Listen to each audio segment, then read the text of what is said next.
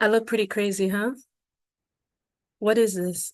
I think if you're using the background inside of Zoom, you have to disable the green screen because it's not using green screen, it's using the Ah, background in Zoom. Yeah, oh, okay. yeah, See, I'm learning, yeah. I'm learning. So we're just gonna wait for a few more people to get in. Um, I'm so excited all day. Like as soon as you said like I'm gonna come on, I was like, oh my gosh. Yes, no problem. You are like family. It's Yeah, similar stories, similar orientation. yeah. It's a no-brainer to want to communicate and have a conversation with family. So Yes, I love that. I always tell people, I say brother and sister a lot, and I'm like, that's really how it is for me, yeah, I don't think family is only a blood thing, you know. What they say, spirit, I think spirit is, they say what blood is thicker than water, but I think spirit is stronger than both. So yeah. it is, right? Yeah. And it's immediate when you feel like you've met somebody that is somehow attached to your soul story. Inside of Zoom, Mm-hmm. you have to disable the Oh green wow. screen Do you hear that because it's delay? not using the green screen, it's using the That's the background in YouTube Zoom. delay. Yeah. Oh, Yeah. Yeah. okay, hold on. I'm gonna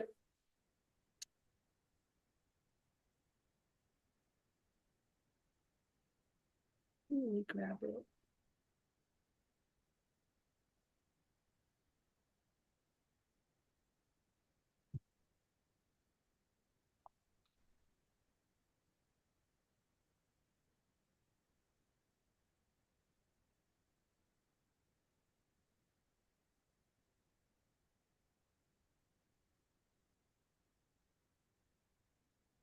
So YouTube has like an amazing delay, and it's kind of important for us because we'll be talking, and then the people will be asking us, questions or saying whatever, and then sometimes it doesn't fit with where we are in the conversation. So you kind Yeah. of have to like remember, okay, like 2 minutes ago, 3 minutes ago, what, Yeah. what did That's I? a big delay. It's a huge delay. It's Yeah. actually, it's a huge delay. I've Yeah. sometimes I've clocked it before, like at 3 minutes. I think that one was probably, I don't know, that was like 4 minutes. Yeah.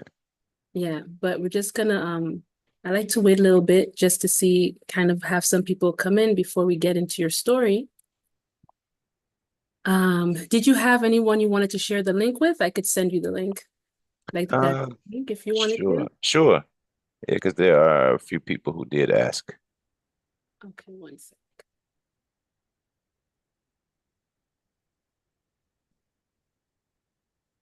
Hmm.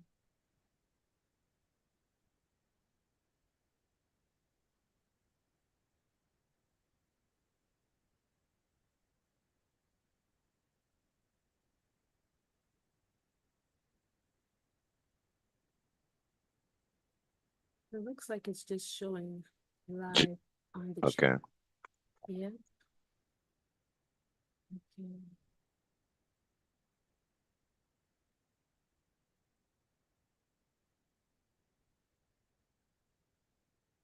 Yeah, it's streaming right now. Um, so if anyone goes to the channel, the same link I sent you earlier, they should be able to get to it without any problem. Um, Hi everyone in the chat. So, David, sometimes I want you to know I'm present, but I'm also doing this like learning to manage the chat and the live. So I'm gonna like not always be looking at you because I'm trying to make sure that I'm seeing, questions and stuff that may come to you so that when it's appropriate, I could ask you.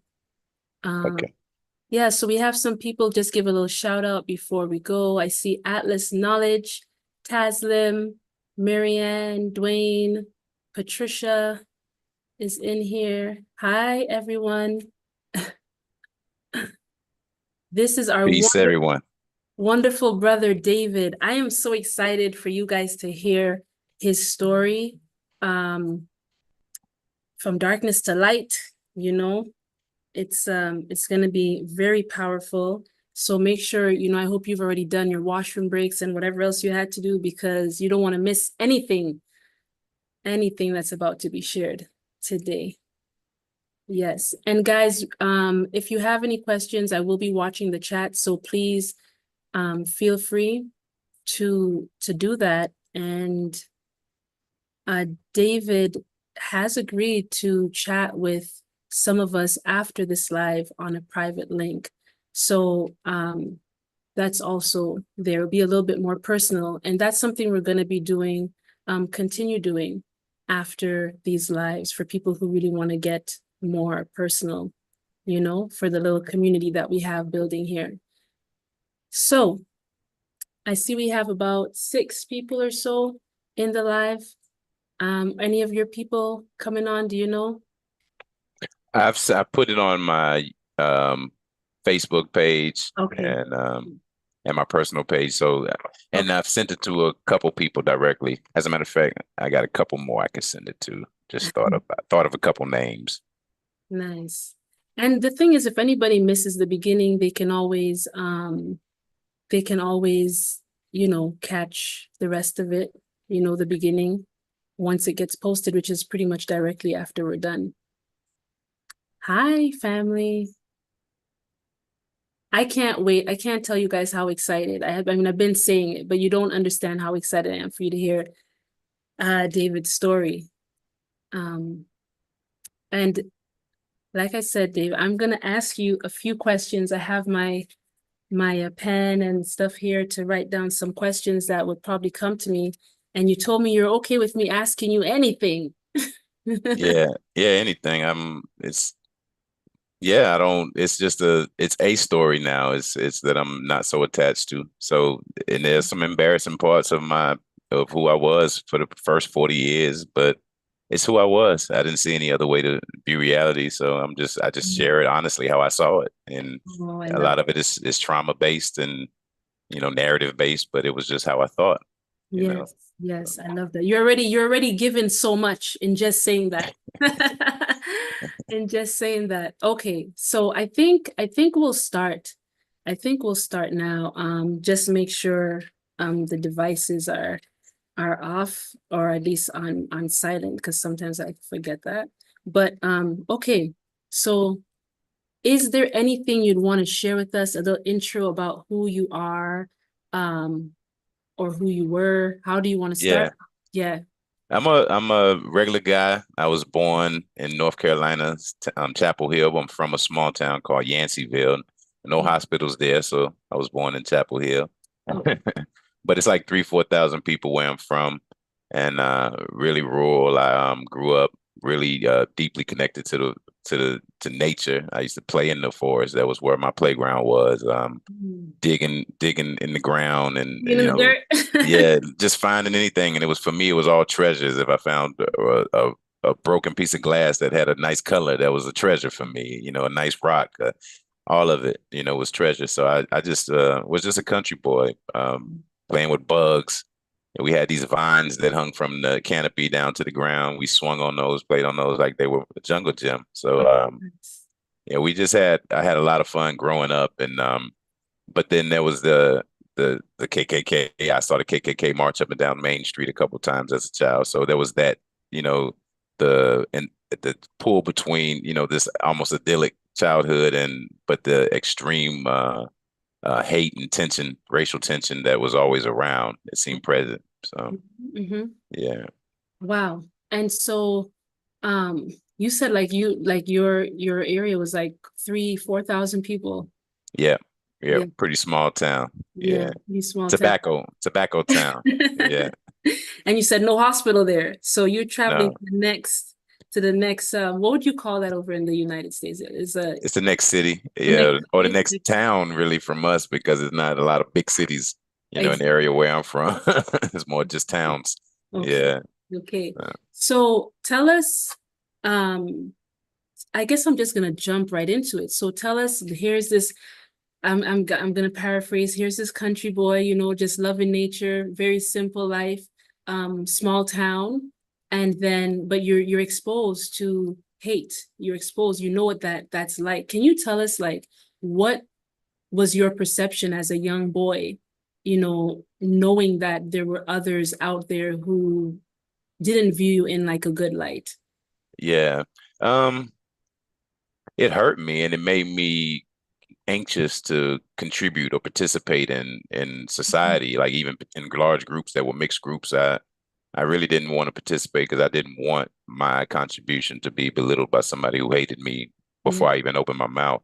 So Wow. generally speaking, I just participated from the sidelines, and most of the time I didn't really like what I was participating in anyway. So it was like just griping from the sidelines, perhaps wanting to participate, but not seeing, not Yeah. feeling seen at all ever. So And- so it just made me kind of become detached, detached from this whole thing that everybody else was doing and kind of more focused on the things that interested me, which was spirituality and nature and space and and all of the scientific, ideas and concepts and philosophy and stuff and that you could think of even as a child. So Okay.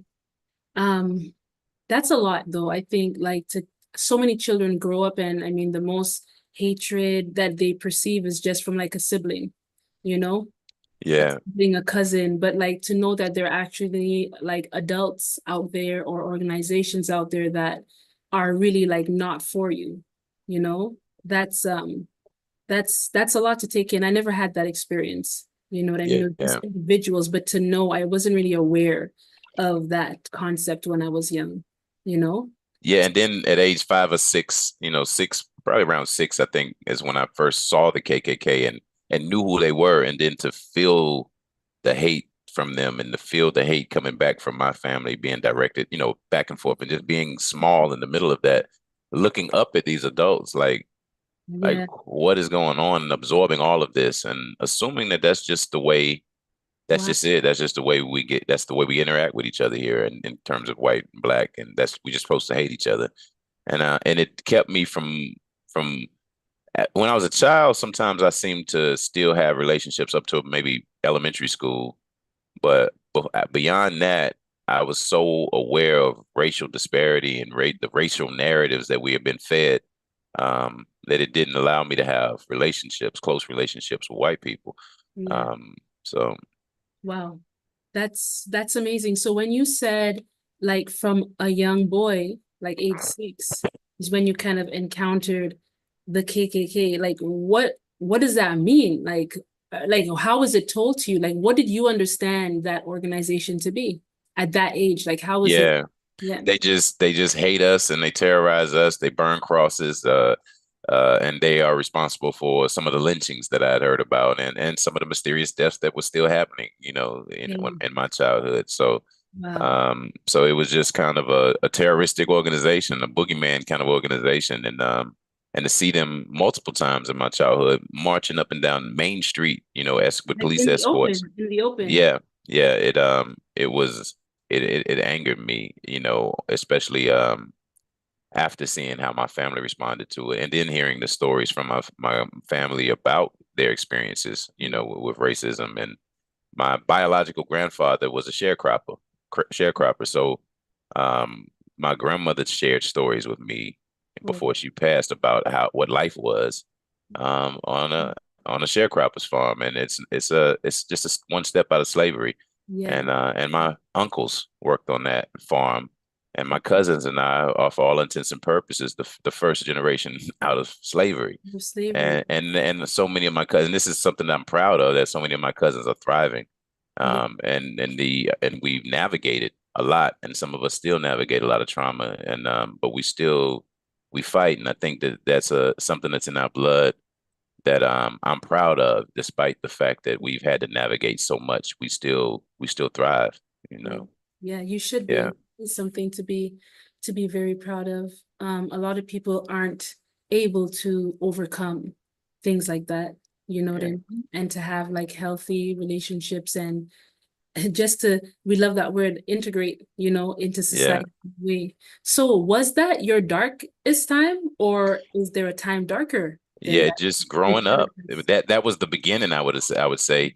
But my whole life was kind of strange. I was, even as early as 4 or 5 years old, I've had, mystical experiences, Mm, lucid dreams, kind of knowing people's thoughts and judging people from information that I would get. in your, yeah. And yeah, and and not really dealing with people when I got negative information, and like just being very clear who I liked and who I didn't like from the beginning before they said a word. Yeah. As a child, I was very clear on that. I knew when people were lying most of the time, and it made me have resentment for adults who taught me not to lie, you know. So, Right. so I'm Because like, you're encountering, they're telling you not to do, but you're like, you're lying right now. yeah, exactly. So it was just and then sleep paralysis was another thing I experienced that scared me. I didn't like it. Um, there was just a lot of for me seeing things, seeing spirits, seeing shadows, the shadow people, what people talk about or how they talk about them now is I saw those all my life. I interacted with them. Some of them, a lot of them didn't interact back, but they just kind of move around. But always seeing these things, seeing things that other people didn't see, and then having to realize that other people didn't see and experience life this way. So not knowing when it was safe to talk about it, Right. or learning that it was not safe to really talk about it. Period. You know, and kind of When did that happen? When was I that time? I learned that very early in my life that I couldn't talk about the stuff, you Yes. know.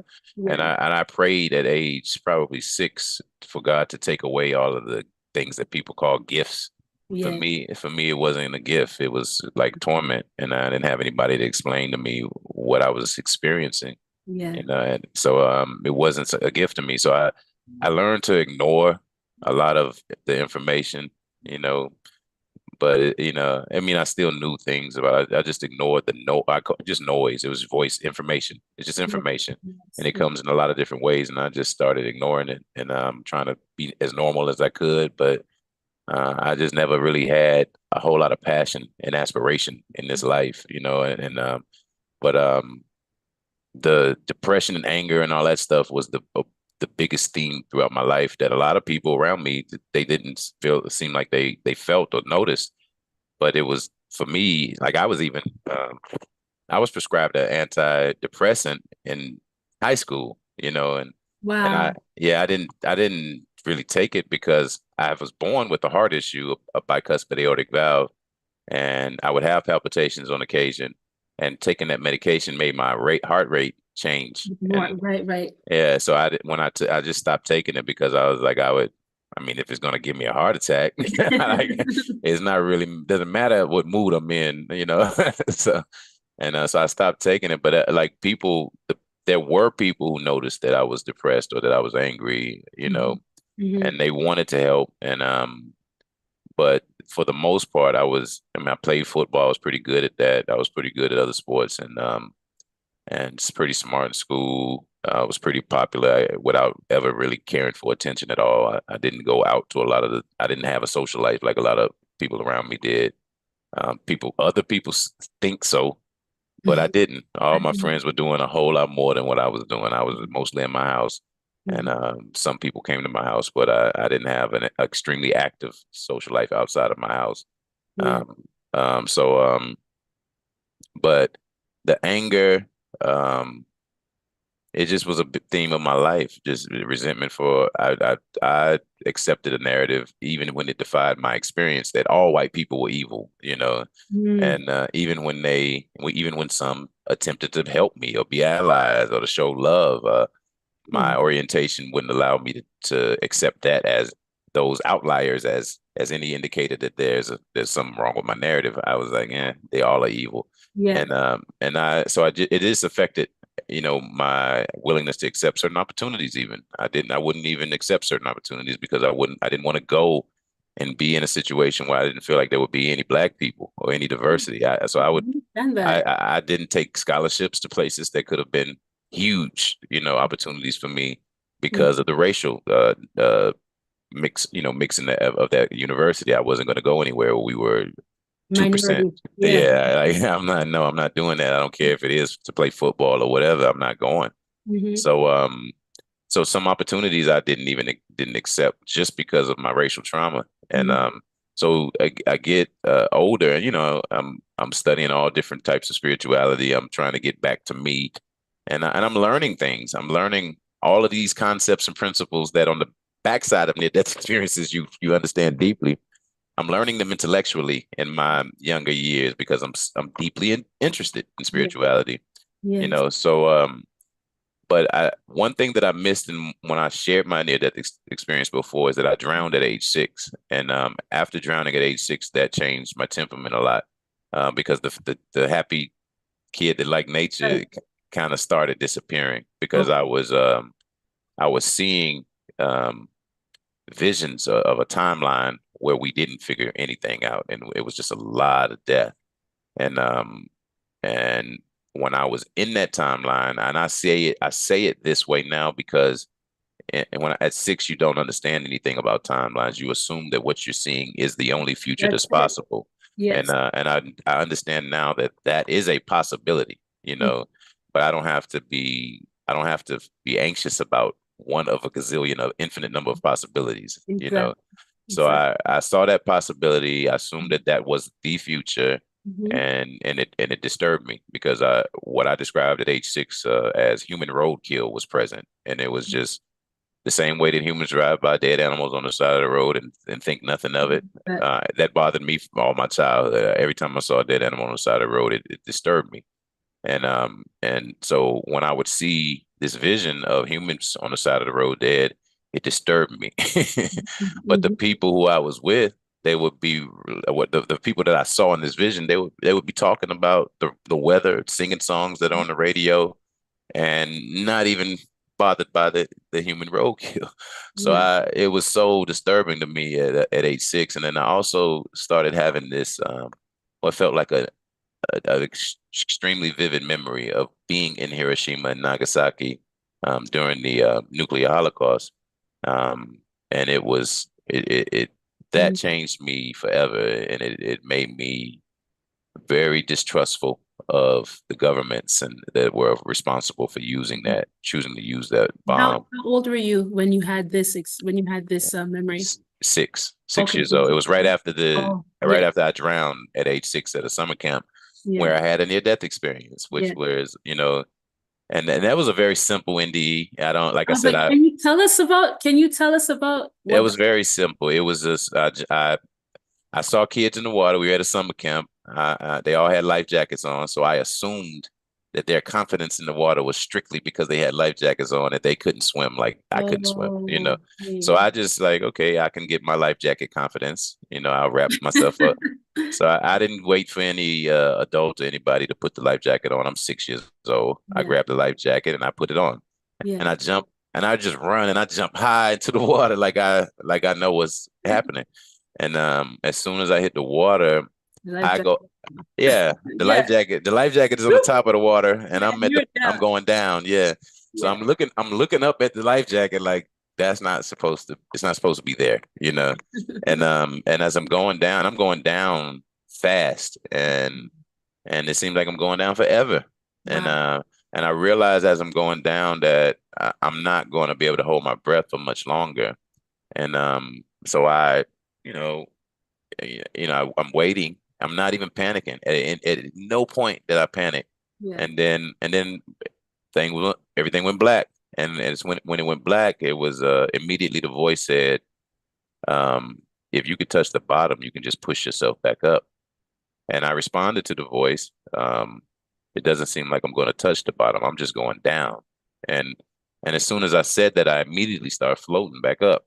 Wow. And as I'm floating back up, I I eventually kind of look up, and I could see the light, the sun coming through the top of the water, and I could see the waves of the water, Mhm. you know, and it's mesmerizing and it's beautiful to me. And but I also realize that this is the light. Like this is I'm coming out of this. Mhm. And and then I see a splash in the water, and then from the middle of the splash, the circle ripple from that splash, and I'm mesmerized by that because the light is going through the ripples that are just rings, just circles, perfect circles, moving from this initial splash. Mhm. And I watch it even as I'm floating back up, not even reaching for the pole, or not even trying to, not even acknowledging that hey, you need to continue to Yeah. go up. I'm Yeah. just watching these rings and the light coming through the water, and then I kind of calmly reach up and grab the pole, and they pull me out of the water. And Yeah. when I come out of the water, I, There's nobody like pushing water out of me or anything like that. I think I coughed. My brothers told me that I coughed because I didn't know this really happened. I thought it was a made up memory that I had. It never was integrated as a traumatic experience. It was just something that I remembered, you know. Yeah, yeah, And but my brother said I coughed a couple times, but I do remember taking like a deep breath, just sighing and just having my feet kind of dangling off the dock, yeah, and then looking back and seeing that there were people who were in extreme distress, you know, crying and running towards me, assuming that I was dead. yeah. And then when I confirmed that this actually happened with my brother, it's only been a year that I've known that this actually happened. Wow. Um, I confirmed it with my brother. He told me that you were under the water no less than 3 or 4 minutes. He said Wow. everybody thought you were dead. He said I was 8. He said people were looking at me like I was supposed to do something, and I didn't know what to do. You know, had been under the water for so long. I didn't know what to do. Everybody thought you were dead, and Yeah, but I that confirmed that. But that's when after that is we moved to Germany, which yeah. was probably stressful for me as well. Mhm. And then I started having these visions and of Hiroshima and of the future, this timeline where we don't figure it out and it's death, you know, everywhere. And so you know, that's kind of the backdrop of the next 35 years of my life being disconnected, angry, very tribal narrative, like very tribal orientation. I hated everybody except black people. I was able to be cordial with anybody except white people, you know. But Yeah. I just didn't. And then, you know, I did have extremely close friends throughout my life that were non-black, but they weren't white. I had friends that were from different Pacific Island cultures I love those people as if they were black. Guamanian friends, Samoan friends, Mhm. even Filipino friends I've had that I just loved them like they were my family. And Yeah. it was because I don't think culturally they were much different than what I grew up. Now, some of American culture is foreign to my culture because You're exactly. I come from the woods. We come from Mhm. bartering. The Yeah. town that I'm from is extreme poverty. It's one of the poorest counties in this country to this day, Wow. and it was probably poor back when I was growing up. Yeah. And yeah, so it's a lot of suffering, you know, but a lot of beautiful character, a lot of spiritual people, a lot of levity, a lot of laughing, a lot of good food, a lot of you know, just communal, you know, behavior. Young men love cars, you know, a lot of things that we congregate around and that we love: hunting, fishing, Mm. just sitting around talking. You know, like storytelling is big, and I think that being raised there, and when I look at my life in its entirety, was a blessing because the way that we communicate is heart based Yeah. communication. Yeah. It's not heady. So That's right. if I want to communicate this to the people that I grew up loving the most, then I have to ground it. I have to ground it and make it matter to people outside of it just being some mystical experience that David had. You know, it's got to be deeper than that. Yeah. You know, but to get back on the track of the story, I just got angrier and angrier and angrier and sicker and sicker and sicker. And that sickening part is what I wasn't connecting with my temperament. Okay. I had digestive issues for years, and it was all because of anger and stress, you know, Mhm. and then I lost my gallbladder. And during that, uh, going to the hospital for the gallbladder, I had a mini stroke, a TIA, and that experience was something that seemed to be physical and mystical too, because I heard well, it started with an electrical current kind of moving up the left side of my arm, across my shoulders, down the right side, back up into the middle, and then up the back of my neck to the top of my head. And Mhm. when it got to the top of my head, I heard a pop inside of my brain. Wow. And when I heard that pop inside of my brain, the electricity flooded down my body like water. It was Wow. all over me. I felt it all over my body, moving from this point in the top. Yeah. And things were different moving forward from there. You know, it was a little more sensitivity. I asked them to confirm if I had a stroke and if there's any brain damage, and they did the scans, and there was no brain damage, there was no brain bleeding or anything like that. So I felt okay, but I found this book by a, a doctor who helped people with strokes recover from strokes and do surgeries that were related to strokes and Yeah. brain and clots in the brain that had a stroke. And he spoke about the difference in his personality, the difference in, and Yeah. so there was some more sensitivity. And I think it was also related to whatever that pop was. I've heard people make whatever theories. I don't make any theories, but the thing that I've heard people consistently speak to the most is that it was related to my pineal gland, you Yeah. know, Yes. and it could have been, but I don't know. I don't know that, but I do know that there was some increased sensitivity after that. And Mhm. then a couple years later, nothing changed in terms of my orientation. I'm still angry. I'm still depressed, miserable. Um, I'm sitting in the for this is February 1st, 2017. That Mhm. was probably like 2015. 2000. So February 1st, 2017. I'm sitting in the garage talking to my buddies. Like I'm here out here and it's hot now. So and uh, and and I felt the stinging in my back In and the back. in my back. It never felt like it was in my heart. It Wow. it felt this extreme like I have 7 herniated discs from playing football, two torn, two bulging. So I always had back pain, Yeah. but this is shifted gears and when it happened, the pain also radiated to my left shoulder, Yeah. and it felt like my shoulder was literally falling off. So Ooh. I was just holding my arm up because it felt like I had to. Like it It, was lit- it falling off. Yeah, yeah. yeah, if the because the pain was so extreme, it felt like ripping. It felt like ripping pain in my shoulder, but the ripping had actually happened in my heart. The Wow. valve, my aortic valve, I was born with a bicuspid aortic valve, which is, a normal valve has three flaps that opens up freely, like, it opens all the way out, Mhm. whereas mine is only divided in half, so it only does like that.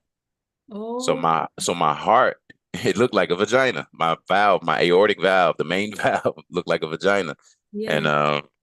And so my heart had to beat extremely hard for me It's the to pump. yeah. So I could sit my hand like this and you would see my heart rate because my hand would move to my heart rate. That was my whole life up until this surgery. So the valve ripped. I feel this pain radiating from my back to shoulder. I go 7 days feeling this. After about the third day, I kind of integrated it. This is just the new pain in my back, and Wow. I can accept it now. I can deal with it. Yeah. So day 7, I'm leaving work, and I feel a pain in my chest, a sting in my chest, and it immediately makes me breathe different. Like I'm, all right, okay, this is a normal. But I'm speaking to people. One guy says, "See you tomorrow, Mr. Williamson," and I said, "See you tomorrow." I was teaching at like a vocational college, vocational technical college. I'm teaching uh, um, computer courses associated with getting A+ certifications and basic Microsoft certifications. So I'm teaching this course, and I have great relationships with the kids, but it's stressful, So and I don't know if that contributed to me. Well, no, the valve had already ripped, Wow. So Yeah. I was 7 days just, yeah, before. 7 days before. So I'm leaving out, and I'm saying goodbye to people, and I sit in the car after I feel that initial sting, and I'm trying to decide whether this is serious and I need to call it at 911 now, or so I call my son's mother. I call Trish, and I tell her, I like, my heart is beating kind of crazy. It feels weird. I felt the sting. I said I'm trying to decide if I need to call 911 now or just come home. And I decided to try to come home, but as I'm going home, I'm breathing hard, trying to keep. So I'm in cardiac arrest driving Yeah, home, like you what? know. And then I get home and I'm still like, maybe Oh I'm just my God. hungry. Maybe I'm just hungry. I mean, make a snack. And I think I made like a sandwich or something. And after that, I eat the sandwich. I was like, well, this isn't getting any better. So then she worked from home. So I called up to her and told her, I need to go to the emergency room. And she took me. And as I'm going to the emergency room, I'm really losing my breath now, and I'm having to take deep breaths to keep my breath. And it feels like I'm drowning. Feels the same as at age 6, no different. I just losing my breath. And so when I get to the emergency room, I'm kind of leaning on Trish, and and the guy's asking me to sign some papers, and I'm telling him that I'm having a heart attack, Yeah, yeah. and he's still adamant, about me signing the papers. I wasn't aware that he may had already got somebody to come. to come help. It's like that. But I but Like, I was just I cussed yeah, him out for yeah, that being adamant about me signing papers because I'm shaking, like I'm not even like I'm dying. My yeah, heart is my exactly. valve, yeah. So Yeah, it's like and I know I'm dying. So yeah, it's like and so I'm looking at him like I cuss him out. yeah, And then but afterwards I made sure I came back and apologized to him because I hated the idea that I made him feel bad, when he's just doing his job. And but no more than 20 seconds after I start cussing him out, the door opens and the gurney comes out. so he And already contacted, he already had yeah, he had already done his job. Yeah, so yeah, I felt bad. So they get me on the gurney and I would say 20 seconds after I'm on the gurney, I'm out. you're And gone. yeah, so they're pushing me and I'm going around this curve where I see the doors to the room where they're going to be working on me.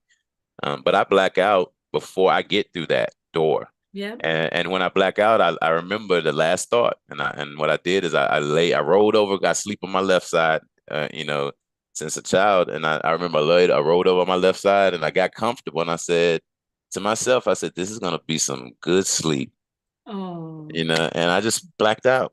And yeah, from there, it was almost immediate, but I at first started seeing the where the people were. It was all blackness, but where the people were, it was dots of light, like pixels, almost like stars, yeah, in yeah, blackness. yeah, But I could see them, and I knew where humans were just because of their energy. But I yeah, was seeing blackness. And as soon as I stopped moving, because my awareness is still kind of on the gurney, but my body is none of my functions are working normal. mhm, Hearing sounds like I'm underwater. I can't see anything because I went to sleep. I checked out. I closed my eyes, but I yeah, could still, the hearing sounds like it's underwater. But almost instantly after I stopped moving, I'm mhm, I'm out of my body, looking down at everything from the ceiling, yeah, and as I'm watching it all, there is no shock. It's like the very first thought I had was this is how it happens, you yeah, know. And yes, then from there it was like it's thundering here. I don't know if you hear, but from there the next thought was he's dead. You used to be there. His body, his mind, and his ego is dead.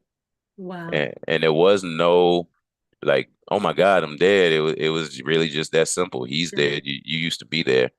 yeah, And then then when after I heard his body, mind, and ego is dead, I said, so what remains? What am I? And the voice, and it sounded kind of like my voice. yes, yeah, It said, I just heard it all at the same time, though, a bunch of different my voices saying the same words, you know, and it yeah, was spirit, soul, consciousness, awareness. yeah, I might have saw light, heard light. It's a lot of words that all can be can be viewed as the same thing and yes, are viewed as the same thing based on whatever culture you come from. yes, Um, and I understood that. And then the next phrase that I heard was, "You killed yourself with your personality," and uh, and I mm, immediately knew what that meant. I was angry my whole life. I was depressed my whole life. I was sad my whole life. I didn't enjoy anything here, except for sporadic moments of, love or, being intrigued by an idea or trying to learn. Like those were the moments where mhm, I experienced what I would consider like a natural kind of love that I had in me but it was very few and far between in terms of what I felt the bulk of my human experience. yes, And I knew it, so I watched everything that was going on in the emergency room for a while. They were defibrillating me. There were two people that kind of stood out. There was a woman in the back of the room in the left corner who wasn't doing anything. She was just sitting there with her hands on her face, on both sides of her face, like really sad that I was dying. And I mhm, could feel it. I could feel her compassion. I could feel her sadness that I was dying. I could feel the shock that she was experiencing seeing me dying. And it bothered me because everything that I was experiencing when I came out of my body was absolute peace. It was perfect. I felt like love. Everything felt like love. I didn't have any attachment to what was happening to my body at all. I mm, was observing it, but I didn't have any sadness or anything.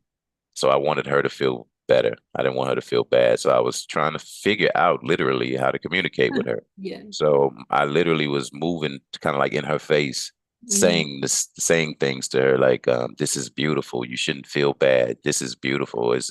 Death is not what we think it is. Like, this is beautiful. Like, nothing's She ain't bad has hearing happened. you. And she can't hear me. She's just Yeah. still sitting there in shock, like with both of her hands on her face.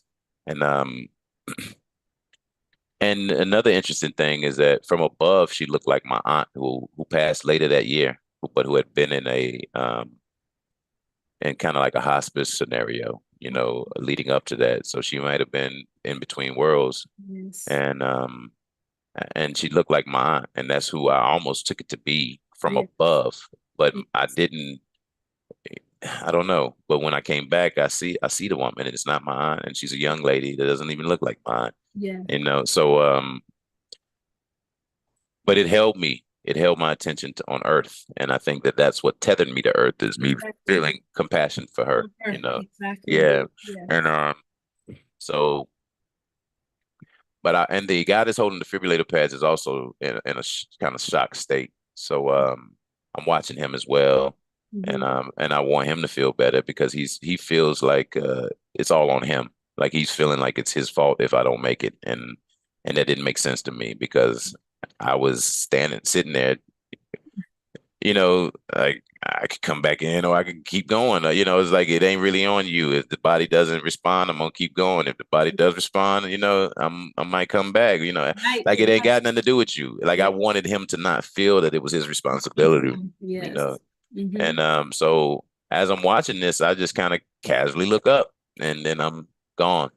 I'm in this black space that's dense and alive and tangible and communicating with me and it's like it's so enveloping that I feel that I am it. I am that blackness as well, because I don't see me.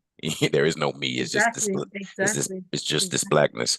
And but in the side view, like if I in my periphery, I could see things, faint images of things moving. But when I focused on it, it would disappear like smoke. You Yeah. know, Yeah. anything I focused on would disappear like smoke. But Hmm. before I focused on it, it felt like everything was moving and alive and communicating. But as soon as I focused on it, it disappeared like smoke. you know? And I felt comfortable in this space, but I hear people describe what's similar to this space when they have share NDEs, and some of them feel like these are ghosts haunting them.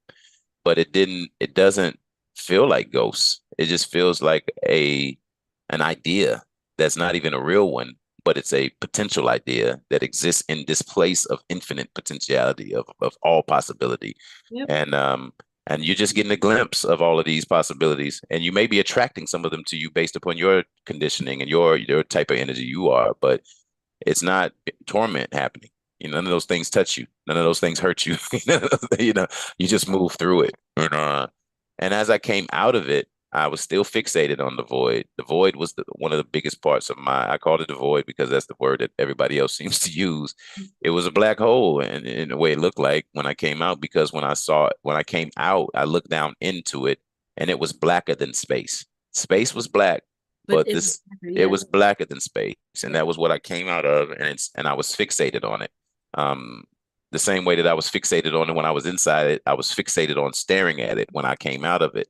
And I stared for a while, and I made notice of things around me, but I still was kind of staring in the void. And Hmm. anytime I had any kind of confusion or a thought of confusion before I could even get the confusion fully articulated or the idea of the question fully articulated, there would be movement in the void, and I would understand the answer from the movement of the Yeah. void. And it was nothing, there was no pictures, no words or nothing. It was just a swirl.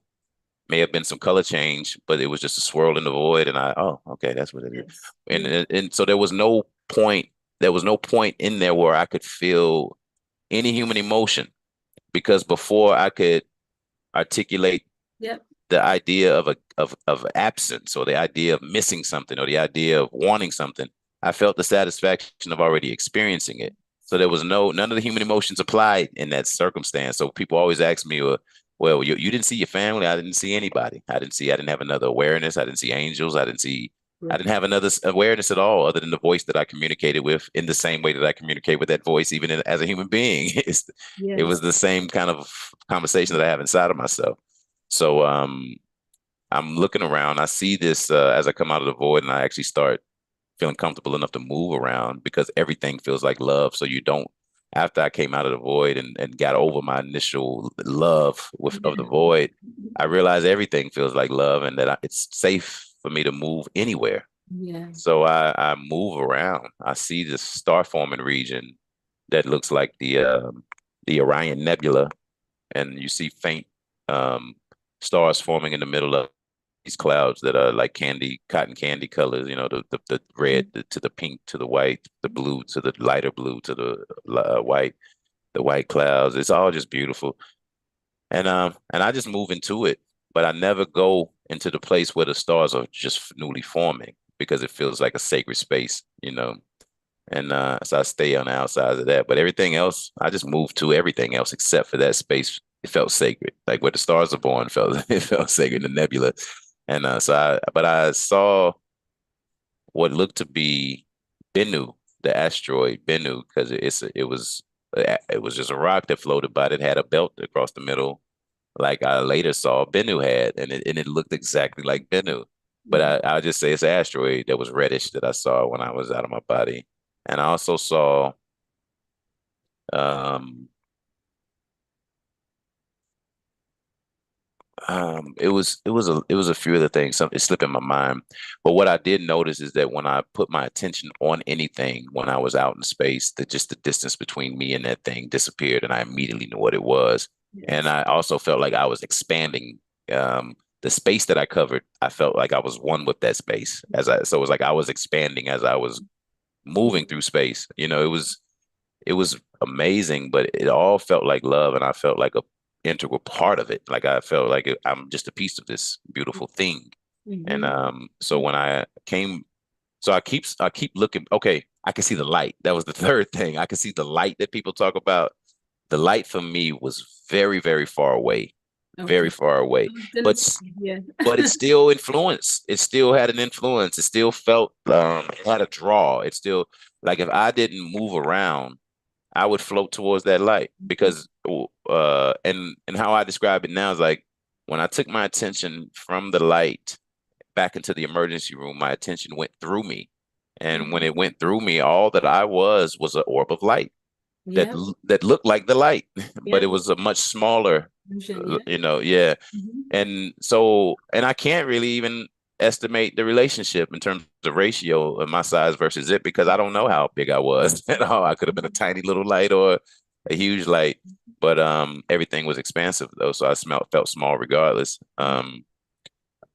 But when I took my attention from there back into the emergency room, and I did it a couple times just to experience it over and over, that I was a orb of light, Yes. and that for me was powerful. But if I did not intend to move anywhere, I would float towards the light. Yeah. It would draw But you. It's it would almost draw me kind of exactly like I know. Yes. like I, gravity, yeah. like it's a big star that has a strong gravitational pull, and if you Or don't, magnetism. How magnetism, I yeah, that's yeah, exactly, yeah. exactly. Yeah. Because if I wanted to move, I could go anywhere I wanted to. But if I didn't move, I would go that way. Oh You yeah. know? Oh yeah. It's almost like think of it like if you're just for those who are listening, it's kind of like if you're in a stream that has a flow, right? If you because I experienced it like I say I Yeah, like a flow, right? If you're in a stream that has a flow, then if you do nothing, you're going with it. You're just going with it. Nice and exactly. you're going with it. But if you have a mind to come out of the water or to go back that way, you just have to your attention is like adding that motion, that desire to Yeah, path that way, and you're not yeah, using hands, you're just using your mind. Like, I want to go that way. It's literally like force to go that way. No yeah, force, and you're going with the flow. So, yep. That's yeah. exactly it. And it's because you had an NDE, I know I don't have to use as many words to describe some of this stuff. But that's exactly it. That's it's just but I wanted to travel. And that's really all I did throughout my entire experience after I got over my initial infatuation with the void. I just wanted to travel, and I did that. But even still, I kept looking back into the emergency room at this woman that's holding her face, and Yeah. I'm like, please stop, so I can leave in peace. Like, And the Yeah. last time that I looked back into there and was trying to convince her to explain to her or to communicate with her, they resuscitated me. And when they resuscitated me, I was almost like mid-sentence talking to her, and I just blurted out, "Are you okay?" Like, as soon as I opened my eyes, I said, "Are you okay?" And I Yeah. was doing like this, trying to find her. Yeah. And I wrote about this a year after it happened, and I said that I saw her, and she was a young black woman. But then somehow my mind went back to seeing her as my aunt Yeah. when I was above, and then coming back and not realizing whether or not she was there or not. Like, the memory left because I was confused about how I saw her when I was disembodied Yeah. versus how I saw her when I came back. You Yeah. know, it Yes. wasn't the same. It No. didn't. She didn't feel or look the same. Like, my aunt was playing games with me to get me to pay more attention to this planet. Yes. That's what it feels like to me, is that she made me see her, Yep. and that was what kind of made me keep my attention back on Earth, even though I was fixated on everything. I was in love with what I was experiencing out of my body. Mhm. And I didn't remember being a human at some point after the void. I didn't remember any human references or have human references to what I was seeing. It was just almost like a baby seeing all Yeah. of this for the Yeah. first time. And I Exactly. was excited to see it all. And I was going, every time I said, I moved. Ah, zigzagging through space, saying like a child. Yeah. And I wouldn't want to leave that. But looking back at this woman who made me almost feel like it was my aunt, that's what kept my attention going back. And also the guy holding the defibrillator pads, I felt bad for him because he was blaming himself. Yeah. So after I opened my eyes and I blurted out, "Are you okay?" Well, the very first thought I had was, "Damn, they woke me up." But but I but I blurted out, "Are you okay?" Looking for the woman. And then I asked the guy holding the defibrillator pads if he was okay. Like, I was immediately lucid. There was no Mhm. Of waking up and yeah. coming back, and Yeah. I was immediately lucid and talking to them, and Yeah. and then there was a guy that I don't know if he was a human or not. But when I laid back, there was a white guy's face, like he was right in my face, and he had like the stubble on his face like Shaggy from Scooby Doo.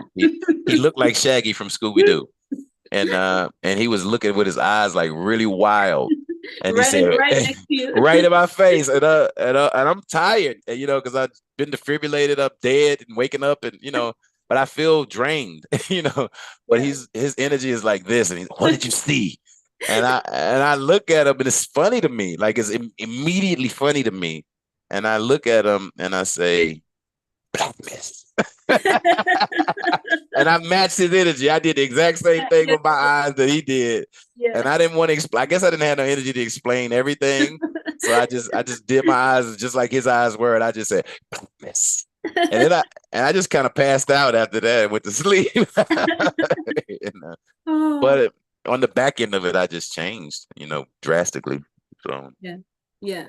So that was so well shared, so beautiful. Yeah, everyone is enjoying what you're sharing right now. I wanna say I remember the first time I just briefly, um I mean, we've talked so much since then, but when I first watched your experience, I remember thinking, I have to get in touch. And it's so funny because our meeting is from a mutual friend of ours. He knew that I yeah, had a near-death experience and he knew that you had one. And he was like, you guys got to connect. So he sent me your connection and sent you my yeah. connection, and you had reached out. And I don't know how I missed it. I don't know how I missed it, but from what he sent me, I had started watching your thing, and like I forget you're on a certain show. I had started watching it, and then something happened on my end, so I paused it. And it's like a month went by, and I totally forgot that until when I went into my Instagram and I was like just scrolling through all these messages, and then I'm like, when did he message me? So I clicked in, and I was like, oh my gosh, I have not finished watching this experience, and I clicked back into it, and it was right at the time when you were really getting into it. And I was like, I need to talk to him. Like, I know where he was. I know. So it was just so many things were very familiar when I heard you speaking about it.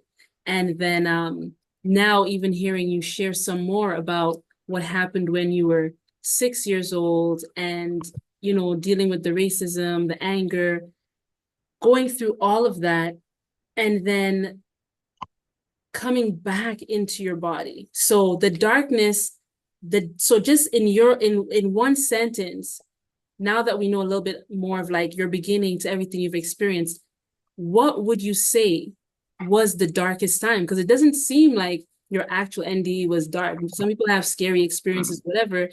I know you mentioned like the hatred, but now looking The back, suffering, the internal suffering that yes. not accepting reality, but lying about reality to yourself, it creates inside of you. It's a lot of injury that we do to ourselves, feeling more about reality than we're willing to do in reality.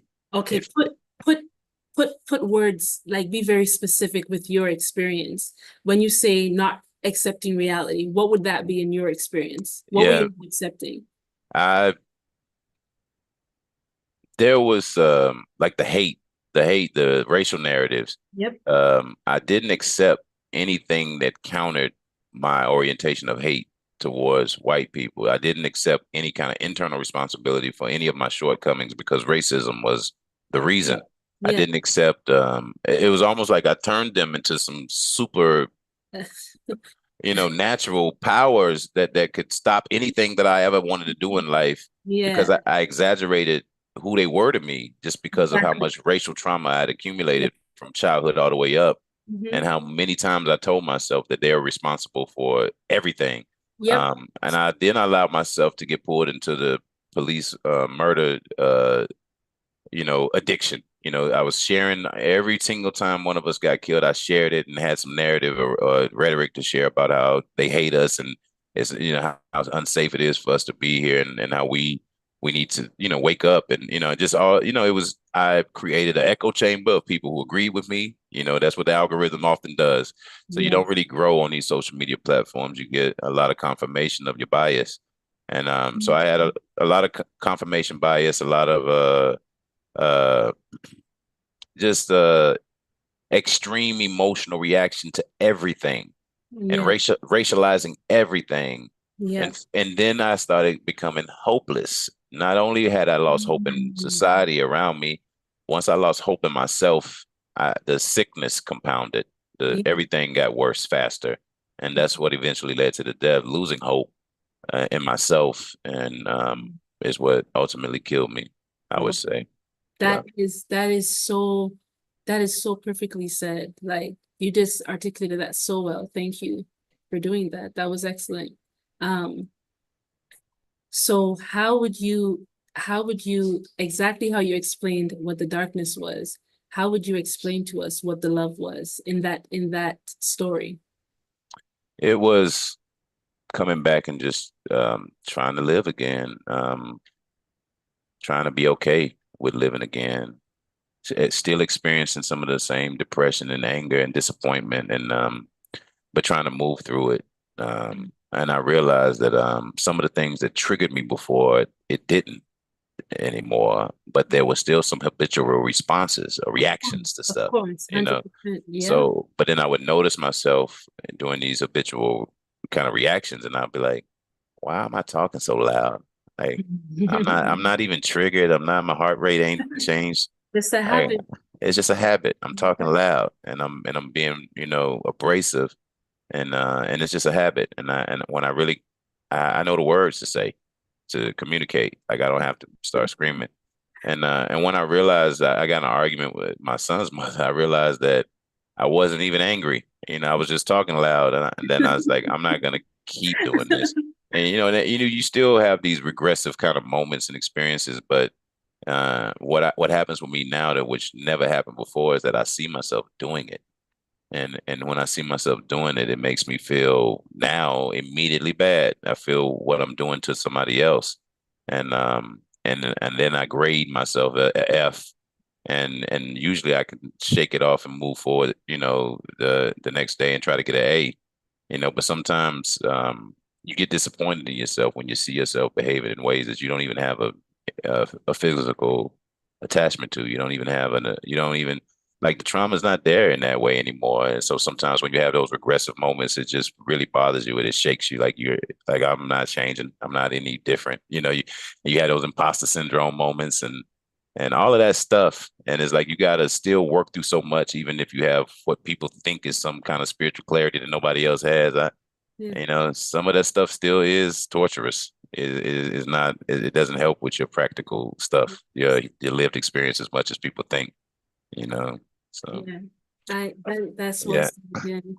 yeah, I totally agree with that. And we talk so much about integrating after a near-death experience because a lot of people glorify it, right? A lot of people are like, they think it's and first of all, there are like a trillion different types of near-death experiences. yeah, So we're just kind of speaking about ours, right? We're yeah, not yeah. trying to like make anyone think that their experience wasn't a definite experience or whatever. So we're just speaking from our experiences here because that's all we could really speak about, right? Yeah. Um, but there is a difficulty in integrating back. And a lot of people, if you share your story because you've seen some things that other people haven't seen, they can have an expectation of you to be better or something like that.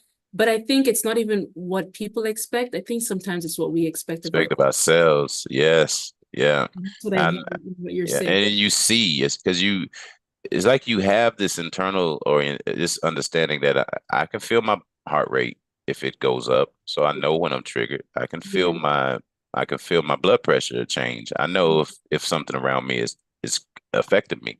yeah, I can observe all of this stuff in ways that I wasn't as privy to as I am now. yeah, And then I can observe myself either try to regulate or to or react in that state. And yes, if you react in that state and you observe yourself do it, then slap yourself on the wrist because yeah, you know you are wrong yeah. because you reacted to a situation while you were in a triggered state instead of focusing on self-regulating first. You Yes. know, and so now when I go through these, can I go through graceless, experience moments, these are the observations that I make is like, you felt yourself responding. You felt your body responding. Yeah. You should have self-regulated before you reacted to anything that was happening in front of you. And I just, I'll do better next time type thing. And Yeah. then sometimes, like I said, it leads to deeper to moments of disappointment, where you just but you got to shake it because you still got to move forward. It's the same as the old trauma. You can't let the old trauma hinder how you view the next day because if you let it bleed into the next day, you're going to have previous day. The next day is Yeah. It's Groundhog gonna be Day. repeat, repeat. Yeah, that's what trauma does. It makes you repeat. It makes every day the same day. And, Yes. Yeah. I yeah, agree. I agree. I think it's so beautiful what you're sharing because so many people have gone through different things, right? Whether it's doesn't matter, whatever the trauma is. And that right there that you say, like now you're observing yourself. And although, especially let's say on the healing journey, right? So many people be like, well, let's say this person okay, a great example is daddy issues, right? So a woman, let's just speak with a woman. A woman might feel like I've I've healed my relationship with my dad though, right? Like that's good now. So now you get married, but why are you still acting in certain ways that you would have acted before you healed your yeah, relationship with your dad? So now, like, you have a good husband, he's doing everything right, but you still, it's like, even if your mind has been able to articulate the whole process and you know everything so well, your body is holding on to memory. Your body is holding on to the trauma of your life. yeah, And some people think that it's just all here, but we are fully connected, all around. So I tell people all the time, because a lot of people who come to me, they're like actually healers. I have probably like my bigger clientele is like other healers, and they'll be like, "But I worked through that when I was 20. Why is this still here?" And I'm like, "Of course it's still here. It's showing in your body. It's showing in your posture. It's right here in your tailbone. It's right here, your organs. Like it's your nervous system, has yeah, been affected by this thing. And whether or not you changed your mind, whatever you said at that time, your body agreed with it already, and so you have to do now body work. yeah. So a lot of times we go through our emotional states, and we don't realize, especially on the spiritual journey, people focus so heavily on their healing being all spiritual, mental, emotional, and they don't realize that trauma is locked in your body. That trauma is locked in your body. So you Yeah. have to find the ways to release that because it's there. Absolutely. Yeah. And you said the habit, sometimes we've just developed habits. We've just gotten into a pattern that has to be broken because Yeah. we are literally on autopilot. For the most part, we're here and none of us are actually consciously living every moment of our life. A lot of things we just do in response or reaction, right? Yeah. Someone holds the door, thanks. You don't, it's not even a real thanks. You're not even present. It's just, Just autopilot. it's just Yeah. autopilot. So Yeah. now if you've 40 years of your life has been kind of autopilot for the most part, yeah, just because your mind is different and you know some other stuff, your body has been the It's one triggered. autopilot. So you Yeah. just gotta, so please, beloved brother, be gentle with yourself. Yes. With yourself. And but one thing you're saying is that one thing that is has been evident for me for the first 40 years, I would say 35 of those 40 at least, 34 maybe of those 40. Being in a triggered state, Yeah, you have no agency. yeah, You have no agency over this experience. You are just reacting to everything that's going on around you. You've yeah, accepted the character that you are in this narrative that you've accepted about reality, and you don't really have a whole lot of parameters. You don't have a large bunch of space to operate within, in that yeah, character that you've chosen. yeah, And I chose to be a very angry person, and and take myself extremely serious. There's not a lot of range of emotion that I was going to give myself the privilege to express, the opportunity to express. There's not a lot of laughter that I was willing to accept, except for very specific people. I have a friend named Kowalski, and he's insane. So he's been you making had me to laugh. laugh. He makes me laugh since we were children. So like I've seemed to be able to always have at least one person around in my life, a few people around in my life that just make me laugh. And he's always been that one. He still is. And it's for me, it's been always you know, the the my reality wasn't matching my internal dialogue, and I was creating all this tension inside of myself and reacting to what was happening inside of myself, not what was happening outside of me. So Yeah. that's not living. There's no agency in that. There's no real choice in that. That's just you hear you're a character in a story that you ain't even writing, you know. Everything you said there is so important. I want to highlight a part of what you said there. Because like you said, when you're in that state, you have no agency. And the thing about it is important for us to pick up and to realize, like to pin the points, the moment you said to yourself that like, um, I'm oppressed, like the moment that became a belief, I mean, really take it in, right? The moment that your being agreed to that reality, your whole entire nervous system actually went through it that moment. And Yeah, all it was the rest of life confirming that yeah. to set yourself, you understand? Because Yes, that and you is put your that attention on only the things that on confirm only that. exactly Yeah, because yeah, it's your primal, it's in your nature to want to survive. So if you look around and said, oh, I'm in a environment where I'm suppressed, everything in you is going to adjust to that reality to help you to survive. yes, And so any little thing that goes off, it's like confirmation, not safe, not safe, not safe, not safe. So you literally were taking like a beating, just living from the moment um from the moment that became something that you agreed to. And it makes me think of the responsibility we have as parents, with the mhm, narrative that there has to be a way for us to tell our children what is the truth of maybe the reality that we're living without taking away their power. yeah, yes. That's extremely important, and that's what I did not give myself any agency, power, sovereignty, anything in the way that I accepted that oppression narrative, Yeah. and the ideas of abundance and wealth to me were also evil. So even those are orientations that I have to correct, inside of myself, so that because if I want to help people, I need to accumulate abundance. I need to accumulate some resources so I can help people.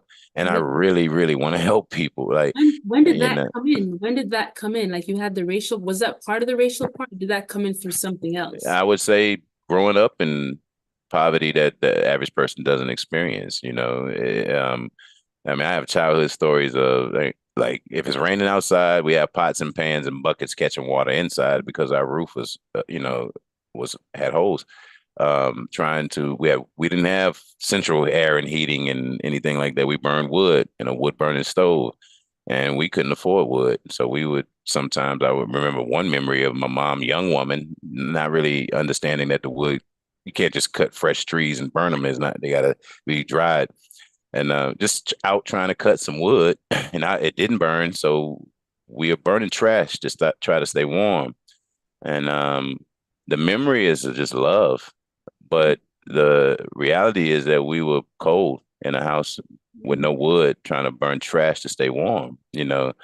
So it's like I remember nothing but love from all of these memories because my mother loved me and my brother, loves me and my brother, and now we have a sister. She wasn't born at that time, but she loves us. So I can't say that I was. I think being loved by her is probably what kept my heart from bursting, From earlier than it did. But so and I'm now trying to even make her understand that how much I appreciate how she loved me and protected me as a child. that's so beautiful. Even some of my quirks, my spiritual quirks, she kind of protected me from outsiders who would have judged that Yeah. by shooing me away when I was in my little state, telling people about themselves and like, hey, David, go in your room. Yeah, Get on out of here. I'm telling people about themselves, and I'm 5, yeah. get out of here. I You love it. know, I love that so yeah. much. So now that I think, hold on, I think someone had a question in the chat. Let me just double check. Um, okay. So I see a question here. It says, if we were, if we refrain from reacting angry to people who are rude, can we remain peaceful and diffuse a situation? That's what I've learned is you Question. if your nervous system is triggered by somebody else being triggered, you've agreed to the dance. If somebody else is triggered when they approach you and you stay flat, you keep your nervous system flat, they probably change their behavior because we behave generally like the person that's in front of us. We Right. mirror each other. We respond to each other energetically Yeah. through words, through actions, everything. It's all becomes the same. Yeah. So if somebody does approach you with something and you don't allow yourself to be triggered, or if you do get triggered, you self-regulate before you respond, it's going to change their state. And Yeah. that's science. That's not really, and there are psychopaths. There are people who are not as connected to the behaviors of others, as the average human being is. And it might not affect that type of person in the same way, but the average human being is going to respond to your response. They're going to respond to your state. Yes. I wanted to touch a little bit on, because I think it's very, like everything you said there is good, it's true. Now, what about the person who says, how do you, because she said like someone being rude, okay? So let's just pretend like you're minding your business and someone just like, you know, I don't know, says something rude or like, or actually does an action that's rude for no reason, you know? Mm, Maybe they have a reason, but you didn't do anything really to deserve it. Maybe they have a racial bias or something, right? yeah. Um, Well, I how do think you, how do you, how do you, how do you, in that split second, choose to respond and not react? yeah, immediately give yourself. You got to immediately know that you don't owe them an immediate reaction response. You don't owe them anything. So That's just yeah. give yourself. a moment to self-regulate. Like Yeah. that at the point where you see that this person is already triggered before they approach you, you know it's not about you. It's So not about so I think I haven't even read this book. It's been suggested to me probably over a decade, but the Four Agreements. I've never read it, great. but one of the Four Agreements I've heard from people constantly telling me that everything I say is in other books is you don't take it personal. Yeah. If I hated all white people. So what I did rude to one of them, it wasn't about that one person doing anything to me. It was about a story I had told myself about all white people. So if somebody comes up to you and they're already triggered and rude and it has nothing to do with you, the moment that you give yourself, the breath that you take before you respond is acknowledging that is not about you and that you don't have to choose to dance with this person. Yeah. You know, you can let them dance alone, and most people stop dancing when they don't have a dancing partner. They realize how silly they look, Yeah. dancing by themselves. Yeah. So you just, you give yourself the moment to be able to self-regulate, to breathe, so that you don't, because what I've come to understand is that me triggering myself um, for 35 years killed me. So when I'm triggered, I understand that there's a physical impact of allowing myself to even entertain thoughts that trigger me Mhm. consistently over and over and over and responding Yes. that way. It leads to, That so yeah. you if you love yourself, which is the way that I've come to love myself, is that I don't allow myself. I try my best not to allow myself It triggered. to stay triggered. Even if I am triggered, I start immediately self-regulating so that it doesn't stay that way, Yeah. And because if you're triggered, you don't have agency. And whatever happens on the backside of that is usually some trauma response. Yes. And it ain't gonna be what you would like to say that you are about at the end of the day. You want to believe that you're something, and that reaction is not going to be reflective of that, Nice. you know, and Mhm. that creates more moral injury, which is ultimately a lot of what this is about. Mhm. Is our internal, moral dispositions and trying to reconcile them with a society and culture. Oftentimes, it doesn't reflect a lot of it, you Yeah. know. Yes. Well Uh, said. Well said. There is also this part of when someone does an action, viewing yourself, becoming the observer, becoming the yeah, observer to say, okay, this person has put forth this action, and my immediate reaction is to do this, but observe it. Don't react, just yeah. observe what your initial thing is going to be. And then now it's no longer about the person. It's like really this person is just showing you something about you, right? Yeah, see that part right there, I intellectually understood that before I had an NDE, Mm, and I tried to do that intellectually. yeah. But when I had an NDE and I was able to actually look above David, and then I had another out of body experience after my NDE where I wanted to go back to the void because I didn't want to live here. So I just hopped out of my body trying to go to the void, and two different times it was two different experiences, and it How far did you get?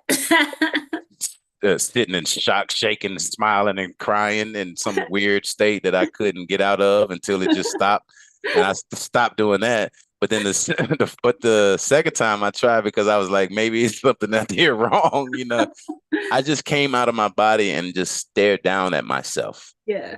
And when I just was staring down at myself, I was out of my body, feeling that oneness and that love the way that I felt when I was dead, but I was watching myself, and I was just sitting in thought, and it made me feel so much compassion for myself because Yeah. of how much confusion I had Yeah. pretty really much inflicted upon myself, and how difficult I made this life, and how much I suffered, and mainly self-inflicted suffering, and and yet I'm still trying to figure out this God stuff. you know, I'm still trying to understand love. I'm still trying to understand, I'm trying to feel better. I want to feel better, even though sometimes I want to die, and it's like I'm watching this and I'm thinking about how I felt in the past and and who I am and who I was at that moment. And I just, it's like I forgave myself for lying to myself, for making myself suffer so much, Yeah. and then I love myself like for still being here and still caring about this life and wanting no other person to ever go through what I went through. I don't want any person to kill themselves with their thoughts, you Yeah. know, Yeah. especially if we can help them change their thoughts, let's fix it. And a lot of it is centered around basic needs. Yeah. And we are too advanced of a civilization to have our society in chaos because people's basic needs aren't being met. It doesn't make sense. Amen. And what else can I say? Ashe, everything, every ending to that, like I agree on every level. That should not be a reason. That's a whole, you have me like, so Yeah. that's a whole other thing. That was so well said. Um, uh, I want to ask, there's another question here, from Taslim. Do you feel that there are any Do you feel that there are any questions you would ask your younger self to open up or dislodge the anger persona? Yes, anger persona, knowing what you know now. What's so funny is that it's simple questions. It's like, and it's logic, like some logic, I would have simply took myself through a very simple exercise. Oh, so are all white people evil? Yes, you know, eh, but I have memories of my childhood. It was a lady in my preschool that was a white lady that she picked me up and held me during story time, you Oh, know, yeah, and yeah. and the love that I felt from her, because I don't remember her picking up any other kids during story time. I just don't, you Yeah, know, yeah. and it was real. And so if I would ask myself, do you have memories of feeling genuine love from white people? And and then I would have to say yes. And then were those people evil? You know, and I would have to say no. And then, so are all white people evil? No. How many white people did you experience? How many people in the town that you're from? Yeah. 3,000, 4,000, and 40% are black, 50% are black, in the town itself. But the surrounding areas are pretty, homogenous, you know. And but I didn't have a large enough data set to make that And the sweeping assessment of every white skinned person on the entire planet. From a yeah. little town called Yanceyville, I can make assessment that's rational about Mhm. all white skinned people on the planet who come from vastly different cultures, Yeah. vastly different bloodlines, vastly different stories, histories, and they're all the same, So it's like, nah, wouldn't make sense to me, even in the mind that I have now and had then. It wouldn't have made sense to me had I been stopped and just asked some basic fundamental questions about these sweeping generalizations that I was making about entire groups of people. Yeah. I would have stopped doing it earlier if I'd have been told that you don't have enough data to make any kind of decisions like that. You don't have enough information to make you don't even know anybody. You live in a town of 4,000 people. What do you know about the entire population of the planet? you know, Exactly. or the country, of the city, Or the of the state, even. You don't know anything. yeah. Live I more. I would have lived more, learn more before you start making conclusions mm. and a bunch of generalizations about reality. So Mhm. So you mentioned like you're loving yourself, right? And something that we talked about, like just taking care of the physical too, because on this whole like search for God and whatever that may mean. When I say it, I'm saying it very general, you know. Um because having an NDE doesn't mean that you all of a sudden figure out the answer to every question, you know? not at all.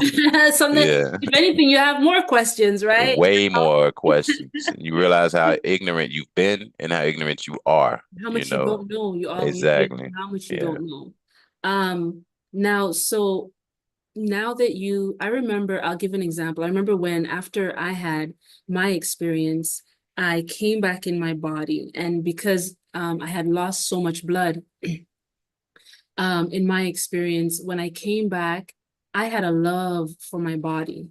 Like I understood, like my whole life had been pretty much like spiritually minded, right? So everything was spirit. But like during the experience, I could actually feel my spirit detaching like totally. I mean, you could astral project all you want, do whatever you want to do, but you're still attached, right? But when you're dying, um, for anybody who has a spiritual experience without dying, the thing is that you're actually dying. Like you're Yeah.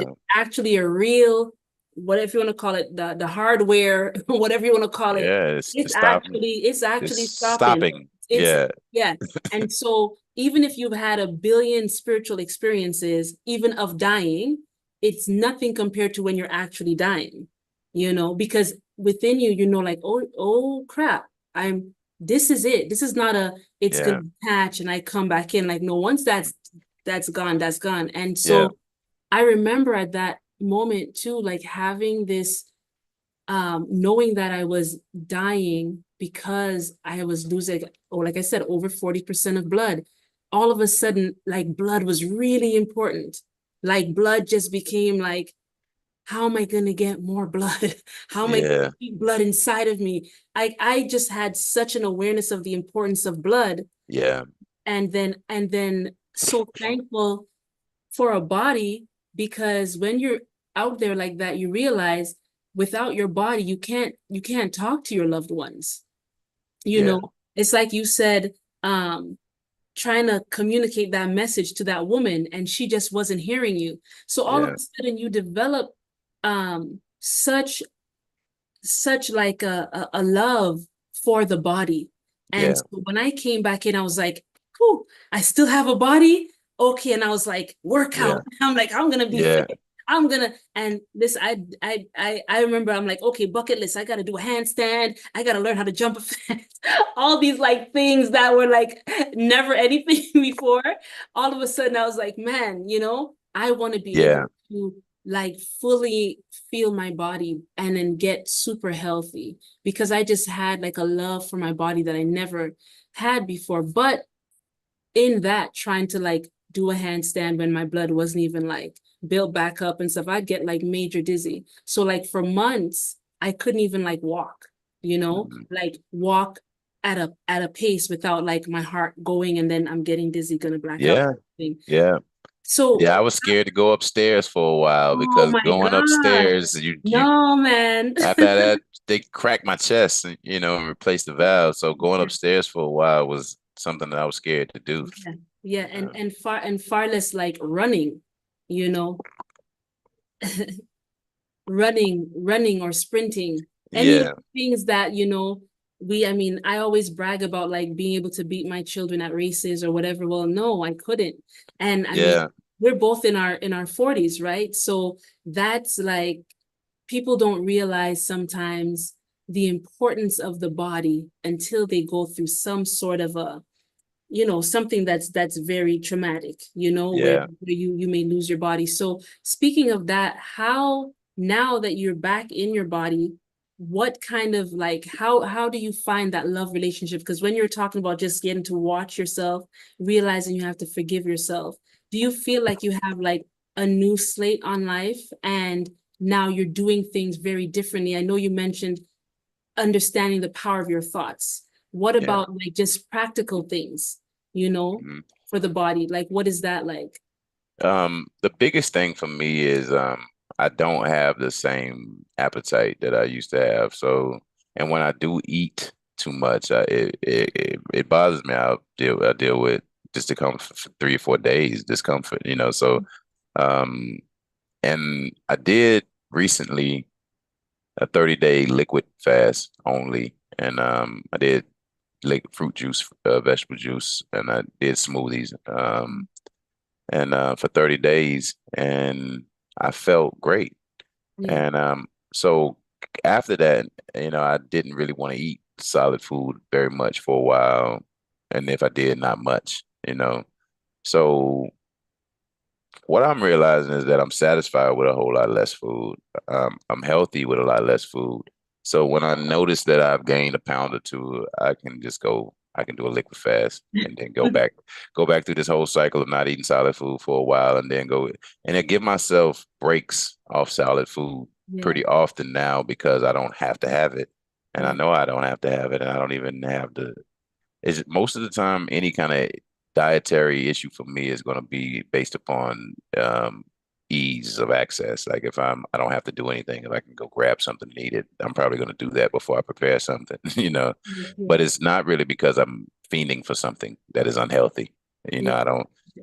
I don't care about any of it. It's just calories. You know, there are Mm. certain things that I like more than other things, but now I eat things that I would have never eaten as a kid because it was too nasty to me. Now I don't, if it's nutrient dense, I drink tonics now that are disgusting. I'm always sipping on tonics and Yeah. they're disgusting. Bitters, I'm always sipping on bitters.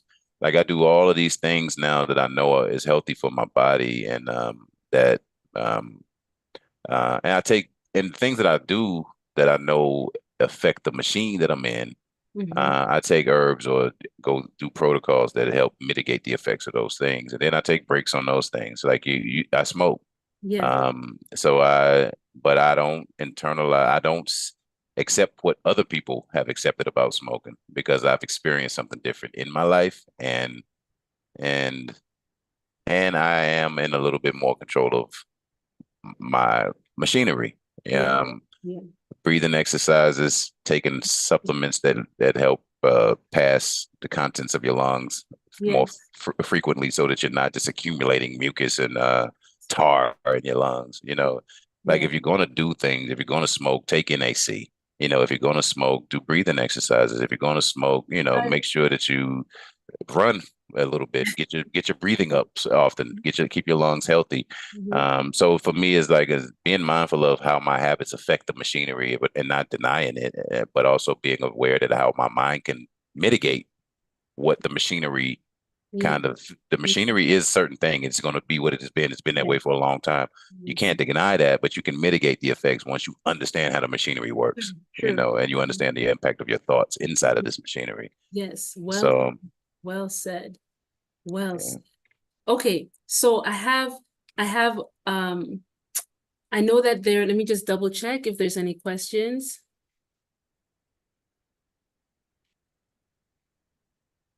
Okay, I don't think I see any more questions. Lots of lovely comments. So once this goes up, you'll be able to go and you could check and Yeah. all the people commenting, sending you love and all the good stuff. Now, I have one more thing. You mentioned a little bit about God. Through that experience, like this is gonna be my last question for you. I have like a Nah, billion. you fine. I told you I answer questions. I like questions more than I like sharing the story and the experiences. So Okay, okay. yeah. So through your experience, like tell me how you viewed God, creator, source, whatever it is that you thought that was before the experience, and then after the experience, has anything changed about your view of who, you know, who, Yeah. yeah. As I went through all of the religions, because I started as a Christian, went through Islam, went through I started studying different Buddhism, Hinduism, Jainism, um, slowly moving into African spirituality and Haitian voodoo, Yeah. which is those are the two that I probably stopped at. Ifa and Haitian voodoo is where my heart seemed to be, you know. Yeah. And so from there, I kind of stopped with a whole lot of reading different stuff. No, I didn't. Actually, I kept reading everything and integrating it and trying to make it all make sense and tell one story for myself.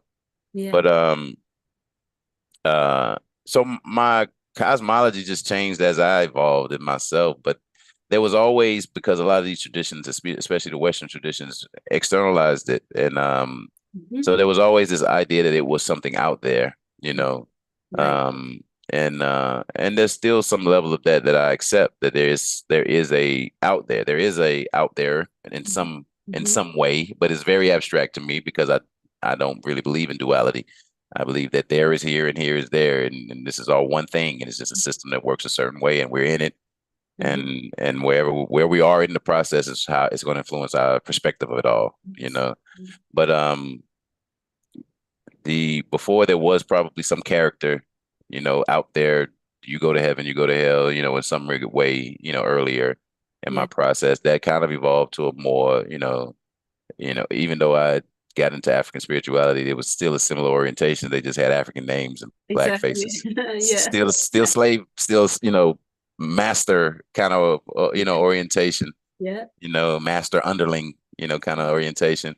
And but dying, you realize you're a part of it, and you are just as important part of it as any other part of it. And collectively, to me, that's what God is. And then even above that, there's an awareness that is organized as a result of this collective thing Yeah. that has a perspective that Yeah. comes from our collective Yeah. existence. Yeah. And that thing is God to me, but it's all of us who Yeah. contribute to the creation of that thing.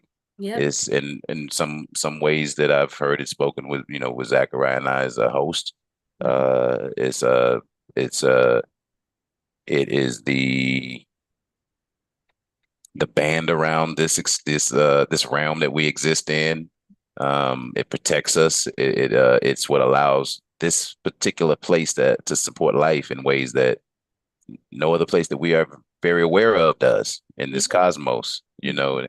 speculate, and we've got all kinds of readings coming back from all kinds of satellites and stuff that says we think that this place may be habitable, but this is the only place that we know that humans exist and life exists in this way. Yeah. And what do we do here? We take the gift that life is.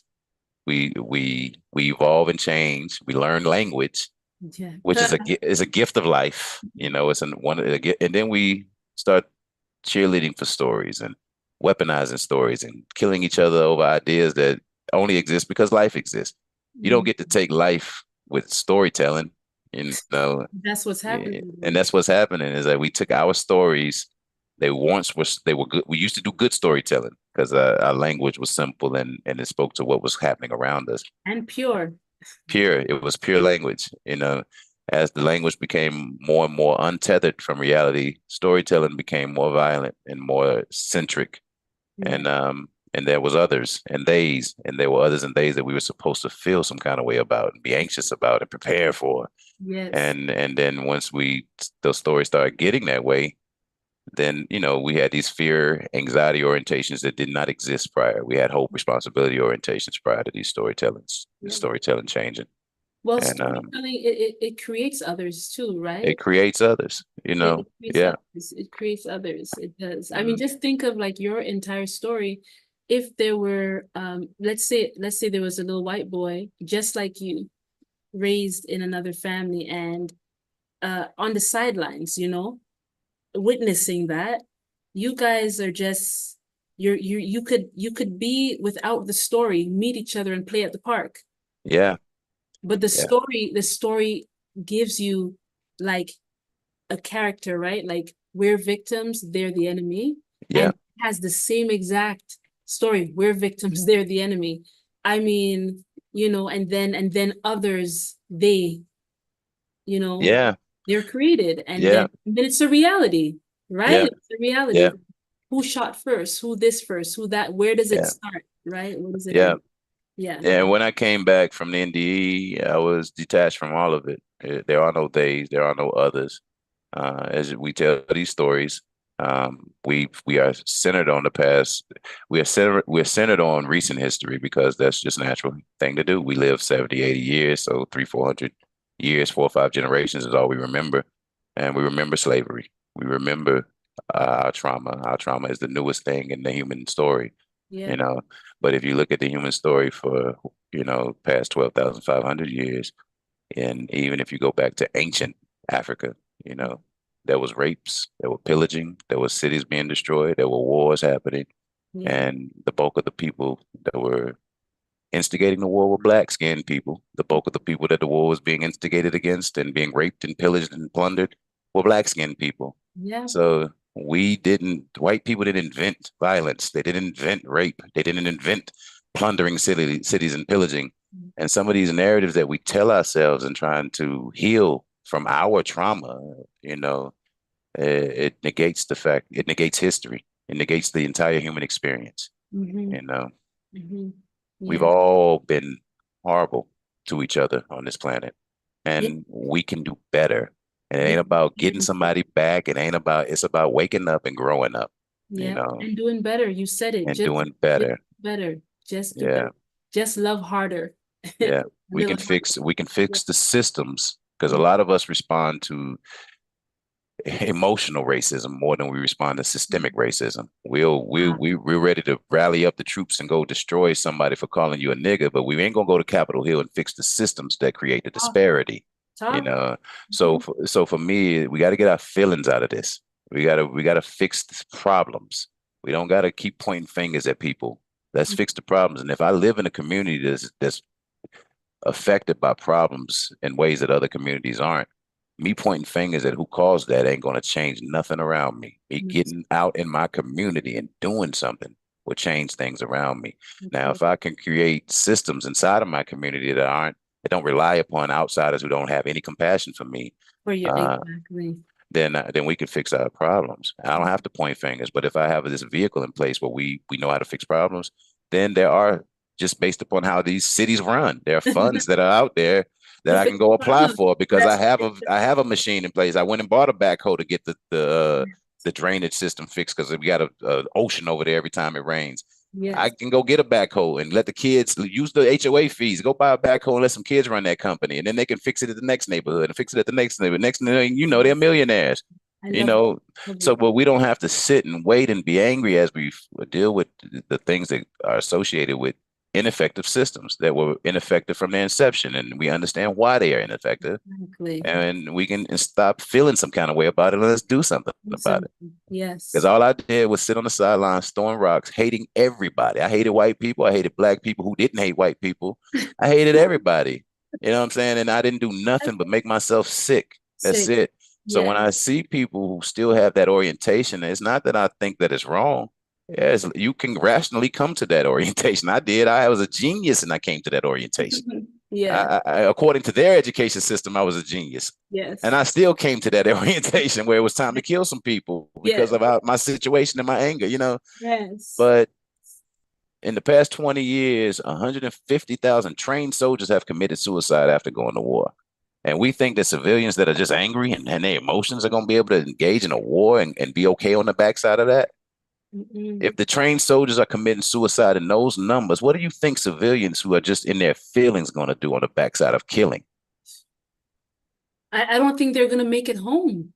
Exactly. They're not gonna make it home because they They don't died even have the in the skill set. war. That's what I'm Yeah. saying. They're gonna be there and can't handle that period. Yeah. I can't instigate that. I can't support anybody who instigate that, Yeah. you know, because I've seen visions of it since I was 6 years old, what happens on the backside of these types of wars. And just Yeah. you can't kill your problems. You know, you ain't gonna kill your way out of these social issues, these human issues, because there's gonna be children of the people who got killed, and there's gonna be a story attached to that that's gonna embolden them to change things on the back end of it. Yeah. Yeah. And that's what has happened to all civilizations who were created on the back end of murder. They Yeah. got murdered. They Yeah. all got murdered. Yeah. Yeah. That's true. Exactly true what you just said. You just went deep, bro. You just went deep. Yeah, I feel like I could be like, let's stop and start a whole next live. yeah, yeah, I mean, there's so much that we could talk about. Um I'm gonna for those who are interested, I did share that we'll be going into like a personal chat in the Zoom so that people could come in and speak to you more personally. And that's something I'm gonna be doing now with like the lives going forward. So people who are part of, the community can always come in and maybe be a little more personal, yeah. I let my hair down. and you lay your hair down and you could say Start stuff. cussing and talking crazy. Yes. So that being said, if you would like to come into that chat with us, please just send me an email. Obviously, you'd have to be right here on the live, right? Because we're doing it now. But love story for Yandea, YANDEA, at gmail.com. Send me a message right now and I will forward you that link and you'd be able to join in and ask. We're going to talk a little further with David for a little bit longer. And also, if you have a love story that you would want to share with us, how love rescued you from darkness, you could also email me at that same email, lovestoryforyandea@gmail.com, and I will get in touch with you and we'll have you on. Now, you tell me what your final word, you just gave us so much. I know I'm bugging you to ask you this, maybe. What if you had to say, like, if these were your last words, if these were like, this is the last thing you have, like whatever amount of time you want to take, but to say whatever it is, let's pretend all of this world was watching. Yeah. Every race, everyone is watching. What Yeah. is it that you would want to say to us? There's no, from my experience and from the experiences of thousands of or hundreds of thousands, maybe even millions of people, there's no such thing as a death. We've experienced it, we returned from it, and we've given you a gazillion different reports of how it could turn out, and it varies from human to human. So this anxiety that we have of death often keeps us from really living. So if you really, really know that there is no death, then you lose that anxiety. You lose this fear. You lose any attachment to there being an other that can limit your life in any way, because they can't. There's nothing that anybody outside of you can do to disturb your peace and disturb your journey and your path. Yes, there are systems in place. Yes, there are things that are out there, but there's still black billionaires. There's still black millionaires everywhere. And Yeah. some of them, how did they do it? So it's like these things are possibilities. They were black millionaire. There were black people in the 20s that chartered steamships to go shop in Paris. Black Wall Street. They had wealth in Tulsa back then. So Yeah. we have stories of abundance even in the face of this what we view as extreme oppression. It was worse in the 20s, and they was chartering steam lines going to Paris. So Still did let's it. never lose hope. Like I lost hope in this oppressive situation. I lost hope in the disparity. I lost hope seeing the numbers. I lost hope seeing the deaths. And it made me not see that what I could do. It made me give up on even trying to find things that I actually could do, ways that I could help, ways that I could participate. I didn't think I had any value enough to participate, or that my thoughts would ever matter at all. So Mhm. don't. And when you lose that hope in that way, you no longer participate in life. So your body just checks out. It's Yeah. gonna check out. If you are asking to go, you're gonna go. Yeah. And it's either gonna be slow or fast. It's however it happens. I was slow and painful, and then but don't lose hope in yourself, and don't other people. There are no days and others. Everybody is a reflection of you. If you approach a situation, I used to go to job interviews, and a white man walks in to interview me, and inside of myself, I'm speaking about how much I hate him. I hate white people. I hate that it's a white man interview. Why is this white man here? Why all white people always got to be the ones interviewing? They always in charge. He always in charge. I hate him. And yet I'm expecting this man to say yes to me and give me a job. Yeah, that's my internal dialogue, you know. And his soul knows, and now that I know that my soul knows and all soul knows, you don't go into situations thinking that and not expect it to influence the results that you're looking for. And then when I would leave those situations and not get the job, oh, he was racist. That's why I didn't get the job. Confirmation. Not because I cussed him out 1,000 different ways and called him all kinds of, whatever. I hated him and expressed hatred towards him inside of myself throughout the entire interview. None of that had anything to do with it. It was simply his racism internally. So we got to be accountable for our thoughts, not just the words that we say, because a lot of people walk around thinking things all day. And then when people act towards them resentfully or mad or whatever, they be like, well, I ain't never said nothing. They don't know that I feel this way about them. Yes, they do. Yes, Yes. they do. Everybody knows how you feel about them. And that's one thing we got to get real clear about too. Put out your thoughts in check. If you want reality to be a certain way, your thoughts should be that way too. You know what I'm saying? So put your thoughts in check. Um, yeah, yeah, just don't lose hope, man. There's two orientations you can have in this life: fear and anxiety, which leads to all kinds of nonsense, or hope and responsibility. If there's a problem, fix it. Don't be anxious about it. Don't be fearful about it, angry about it. If there's a problem, feel responsible about it and fix it. But and it leads to a healthier experience here that's filled with action instead of just feeling and pain and suffering. And another thing that's big to me is that when I was out of my body, all I seemed to be was attention. And attention moved me through space, and attention creates my experience here. Don't give your attention to things that you can't do anything about. A lot of people are trying to trigger everybody around them in the same way that they're triggered. And Right. it's what the one thing that everybody wants to do. What do you think about Gaza? And if you're not triggered about it, somehow it's a character flaw, you Yeah. know. But Yeah. if I can't change what's happening in Gaza, then I need to be more mindful of how I allow my nervous system and body to respond to things that I can't change. Well You said. know, and that's something. Stop putting our attention on every problem in the United States when we live in the midst of extreme disparity, and we can be accountable and responsible for that. There's problems around us, there's suffering around us that's very obvious, and we would rather put our attention across the world where we can't do nothing, trigger ourselves indefinitely, and Hmm. never give ourselves any dopamine rewards for fixing the problems that exist right in our face. you know, Fix problems around you. Stop triggering yourself over problems that you can't touch. You know, Yes. so Yes. Um, I'll stop there because I go on forever. yeah, I feel like I gotta get you back on again. I Yeah. think everyone's gonna be like, yes. Um, is this Lisa or Isa? Says tell the story. The guy on the train changed. The story you got on the train. What did I mention about a guy on the train? I didn't been had knives pulled out of me on the train. I didn't all kind of crazy stuff on the train. What did I say? It says tell the story. The guy on the train changed.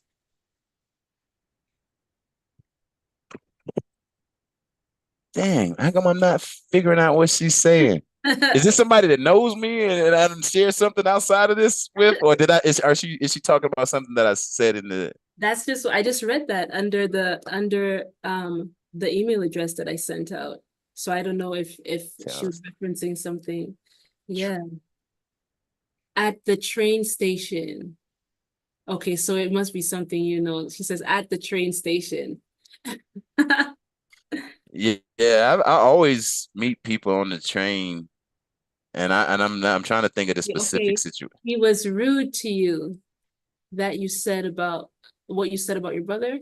He was rude to you. He was rude to you that you said about your brother. I guess there's some story that she knows about someone who's rude to you. At the train. I've had oh, there was this guy. Now this might be this girl, and she might be talking about this guy. Well, I was coming up the escalator. I was coming up the escalator and That was rude to you. he's sitting down on a bench that's at the top of the stairs. So Yeah. at the top of the escalator. So as I'm coming up the escalator, I start feeling his energy because before it's behind a wall and I'm moving up. But I Yeah. start feeling his energy, and as I go past him, I do like that, and I turn my head. It's just instant. It's just instant. I just do like that, looked at him, and turn my head back. Yeah. And he starts cussing, talking about what the f you looking at? What you looking at me for? Da, da, da. You staring at me? You got a problem with me? Da, da, da, da. And I'm crazy, and I'm not really triggered anymore. So I'm just listening to him almost amazed that he's even talking to me. Like, are you serious? I looked at you for a split second. So I get at the top of the escalator and I walk in a circle and I walk right in front of him and I lean into him and I said, and I'm staring at him. I said, that's staring at somebody, sir. And I didn't do that to you. I wasn't staring at you. You I really said, and I just stared at him. I just stared at him for about 5 good seconds. And I said, that's what staring at somebody is, sir. And I didn't do that to you. I just looked briefly and I kept moving. I said, and you just lost your mind. You start screaming and hollering. And I Yeah. said, that's not what I did. And if you feel that way, I do. I didn't do that. That's not what I intended to do. Yeah. But no, I didn't. I wasn't nice. No, I'm lying. I said to him, I said, that's what's staring at somebody. And I said, and the real reality of it is that you can't do anything about somebody staring at you. And he hopped over. What you go? I said, what you gonna do? And I laugh at him because he's limping towards me. His leg is messed up, and I'm feeling great. I'm not even triggered. Like my blood pressure. This is what I noticed in the midst of this. My Yeah. blood pressure wasn't rising. My heart rate didn't rise. I was getting more and more like laughing. I'm laughing at him because it's like if you step towards me, I have a history of knowing how to handle myself in these situations. You're not even healthy. You know what I'm saying? So I told him, I said, you need to stop. Because I said, if you keep coming towards me, I said, I'm gonna kick you in your leg and I'm gonna throw it across the street. I'm gonna kick your leg across the street. Otherwise, I'm gonna kick your leg across the street. And he's like kind of looked back, like, stopped and went back, and he's cussing me out, calling me all kinds of names. And I said, brother, I said, this is childish. I said, because you don't know somebody's looking at you unless you what? Looking at them. I Exactly. said, stop. I said, you need to heal, man. I said, nobody was staring at you. I said, man, you need a hug. I said, and I'm being a total asshole at this point. Forget my language. And he's walking away. He gets to the elevator and he presses the button for the elevator. The elevator door closes twice before it. And I said, look, you can't even leave. You love me too, man. Just come give me a hug. And he calling me all kinds of, everything under the sun. So I see this man like a week later, 2 weeks later, and I speak to him. I think, hey brother, how you doing? I keep walking. I speak to him. Start seeing him all pretty regularly. I speak to him. Then one day I'm running to the train because the train is pulling up and I'm about to miss it. And he's sitting down on the stairs and I'm running past him. And I say, what's up, brother? And I keep running. And he said, brother, he's yelling this because I'm passing. He said, brother, you always speak to me, brother. I love you, brother. And I said, oh, you do love me. In my mind, I said that. Yeah.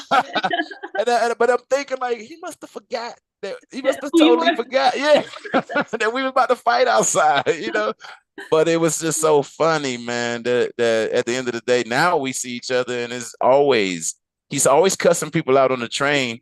But if he sees me, he is always, hey, brother. But he still does that. Like anytime he feels like somebody's staring at him, and it's just trauma. Yeah. It's trauma. He's Trauma. yeah, and I Yeah. get it. But he gets really, it's bad. It gets bad. So Yeah. but now I know it, and me and him are cool. Yeah. And there are That's times when I can help diffuse his situation when he's cussing people out. I can be like, brother, what's up, brother? Ain't that you? yeah. And And we'll it pivots. and Yeah. it drops it all, and people Mhm. looking at me like, thank you, thank you. Yeah. Oh, And that's so good. I love uh, that. That's good. That's a great takeaway. So thank you for giving us that story out there. I don't know if that's an L or a capital I. Is it Lisa or is it Issa? I'm I'm not trying to remember because I'm Lisa. I'm trying to think who this is. Got me telling that story. Thank you. Either way, I think that I think it's wonderful that you shared that because it says a lot. Some people out there, it's trauma, whether it's mental illness, whether it's whatever, different things, just a bad day, and we don't have to let it be about us. You know Yeah, what I mean? In the sense that, like you said, we don't have to dance with them, but you can also realize why is this person's action towards me making me upset? You know, yeah, you yeah. can actually just use it as a teaching moment, That's it. for your own self and grow from it. It really, again, decide every day to respond and be Not responsible react. and not Yeah, react. If that's yeah, your desire, then it will be. It will yeah. be. And trust me, the moment you say, I am going to respond and not react, my gosh, it just seems like now your awareness is so much on Yes. happening that it's like Yeah, you're just gonna get a lot of chances to respond, is how I'll put it.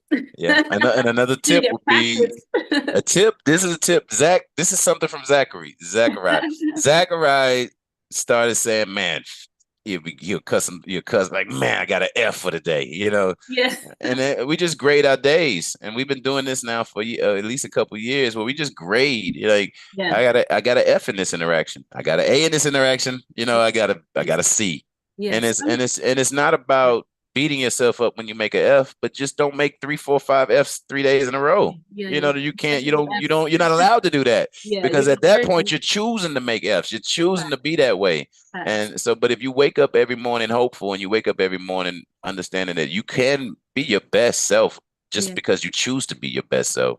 And yes, then, and everything that happens in between that moment you wake up and you get home, you can choose how I you respond to it. can And choose. yeah, so it's always you. It looks like it's somebody in front of you, but it's just you. That's just another you over there being Right. some idiot or whatever, and you got to accept that you've been that idiot and just deal with it compassionately or gracefully, you know. Shadows. Yeah. I call them shadows. Yeah. When you interact with parts of yourself that you no longer love or find that you find, no benefit in it, Yeah. you will keep encountering it until you learn to Stop reacting to it. stop reacting, and also Yeah. treat yourself, whether it be seeing a part of you in somebody else that you no longer like, but treat yourself in all aspects the way you would like to be treated. Yeah, that's You it. know, And like compassionately, compassion. because I even like sometimes I meet people who are who I used to be, and they're hard to deal with because I wasn't easy to deal with. Yeah. I happy people to me were fakes. Yeah, just because you happy, you a fake to me. Because Yeah. what the hell is there for black people in this country to be happy for? Happy So I about. ain't trust no happy person. So that's another group of people I hated. It was happy people. You know what I'm saying? Oh So my gosh. I'm I love telling you, I it. was sick. I was sick. In hindsight, it's funny, but now I No, do have compassion for yes, yes. myself for having those orientations because they weren't healthy and they didn't create a beautiful experience for Yeah. me. So Yeah. I love it. I love yeah, it. Okay, now I know that someone is gonna watch this. Many people might watch and say, "How do I talk to this man? I want to either know more of his story or I want to see what he's into." First of all, do you have anything going on right now that like people could look forward to or get involved with or anything? Like, what do you have happening right now? And is there a way that they can contact you that I could like add to the bottom of this yeah. yeah. I I'm battling with because all of this is new to me. This video was made. The one that went viral was made last year. I'm still grounding, integrating, healing. But people, it doesn't stop people from reaching out. Um, I do feel like I've gotten enough feedback from people to know that these conversations that I have been having with people help them. So I've remained open to it, to some degree. Um, People fuss at me because I don't have a money orientation. I don't have a healthy money orientation. So I suffer by trying to help people. I end up on the phone 24 hours a day and trying to go to work a 9 to 5 too, you know. So I Mhm. do have links to like scheduling and it has fees and stuff attached to it. A lot of the times I end up still not charging people to speak. Yeah, I mean, it's just I don't know, and it's still something that I'm healing because of the people who are often reaching out for help, they have the money to pay for the help that they're reaching out for. yeah, So, and I'm assuming that they're like people that I grew up around in Yanceyville who didn't have resources, and you don't ask them for resources when you're just helping them. You just help them, exactly. and you understand Exactly. that they're gonna need you, and you're gonna need them. Yeah, It's gonna be a relationship that's ongoing because we all are in this yeah, suffering kind of state. We all are, struggling. So yeah. I just have to heal some of these orientations and just accept I accept will help you. I will help you with that, brother. yeah, I will help me with it. I Yeah, will help because you I'm with open to helping people and moving that. forward with it. I even have the calendar, like I said, the calendar lead, the scheduler, and all that stuff set up. I don't share it as often as I should. I share some. I started off good this year. I was sharing it and was starting to, have appointments, and then went back to just talking to everybody that wants Yeah. to talk. No, no, So no. It's important because we do need everything is energy. And as you yeah, give energy, for like you said, there are people who have like funds, that can help you because I'm sure like we talked about some things that we would like to do going forward to help more people. Things take funds. You know what I mean? exactly. So as Yeah, you use your gifts and share freely of what you've and I always know that, and I know a lot that you're like me. We always give more than people would ever pay us, you know. yeah, So at the end of the day, you already know that about yourself. You should feel no ways, yeah. to get what you should get because you're giving your time. If you're not using your time and energy to, like you said, work your 9 to 5 and you're using it to assist, then you know It's hurting. It's hurting my ability to do my 9 to 5. And exactly. then and And then you I got and then you as got family and you got bills like everybody else, yeah, right? yeah. I was So on we the do need, phone we need that 16 hours a day information. sometimes. I would get, I would get, I would go to sleep, get off the phone about 3, 4 in the morning, go to work around 6, wake up around 6 to go to work. Yeah. and then get on the phone once I get to work. You know, I work in IT, so I have a lot of downtime. So I would be on the phone at work. And so it was like there was never a point except for the 3, 4 hours of sleep that I was getting where I wasn't Yeah. talking to people, you Yeah. know.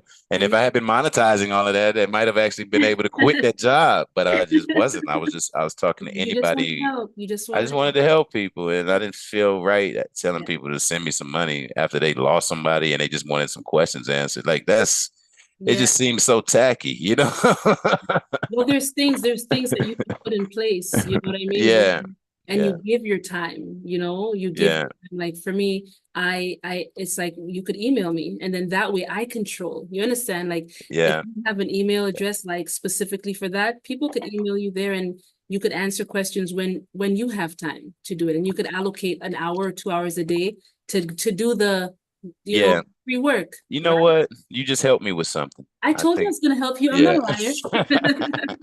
Yeah. yeah, But give me that information, whatever you have. I'll attach it to the bottom of this in the description and people can reach out to you and see what you're doing, okay, right? will do. Okay. So, guys, this is it for tonight. Let me see. Oh, do you have a website? See. I I don't can even help have you a with that. I website. can help you with Yeah, that too. I can yeah, help with that too. yeah. Okay.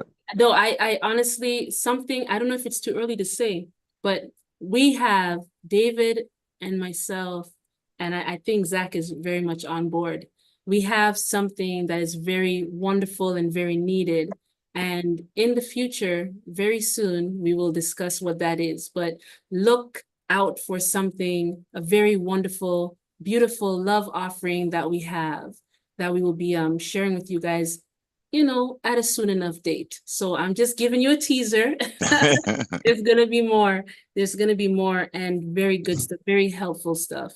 That being said, family, I will look out into that email to see if any of you want the link to join our the after party. The after party, the love story after party. But again, you can email me at lovestoryforyandea@gmail.com. And please let me know. We need someone in for next week. A lot of you watch this and you're touched by it and you feel like, I don't really have anything to share. Nothing really is special in my life. Listen, you're here.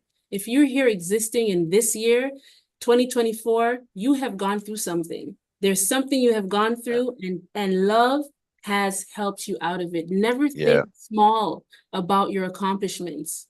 You know, I find a lot of people do that. They say, yeah, and I want to share, but I'm shy or this or that.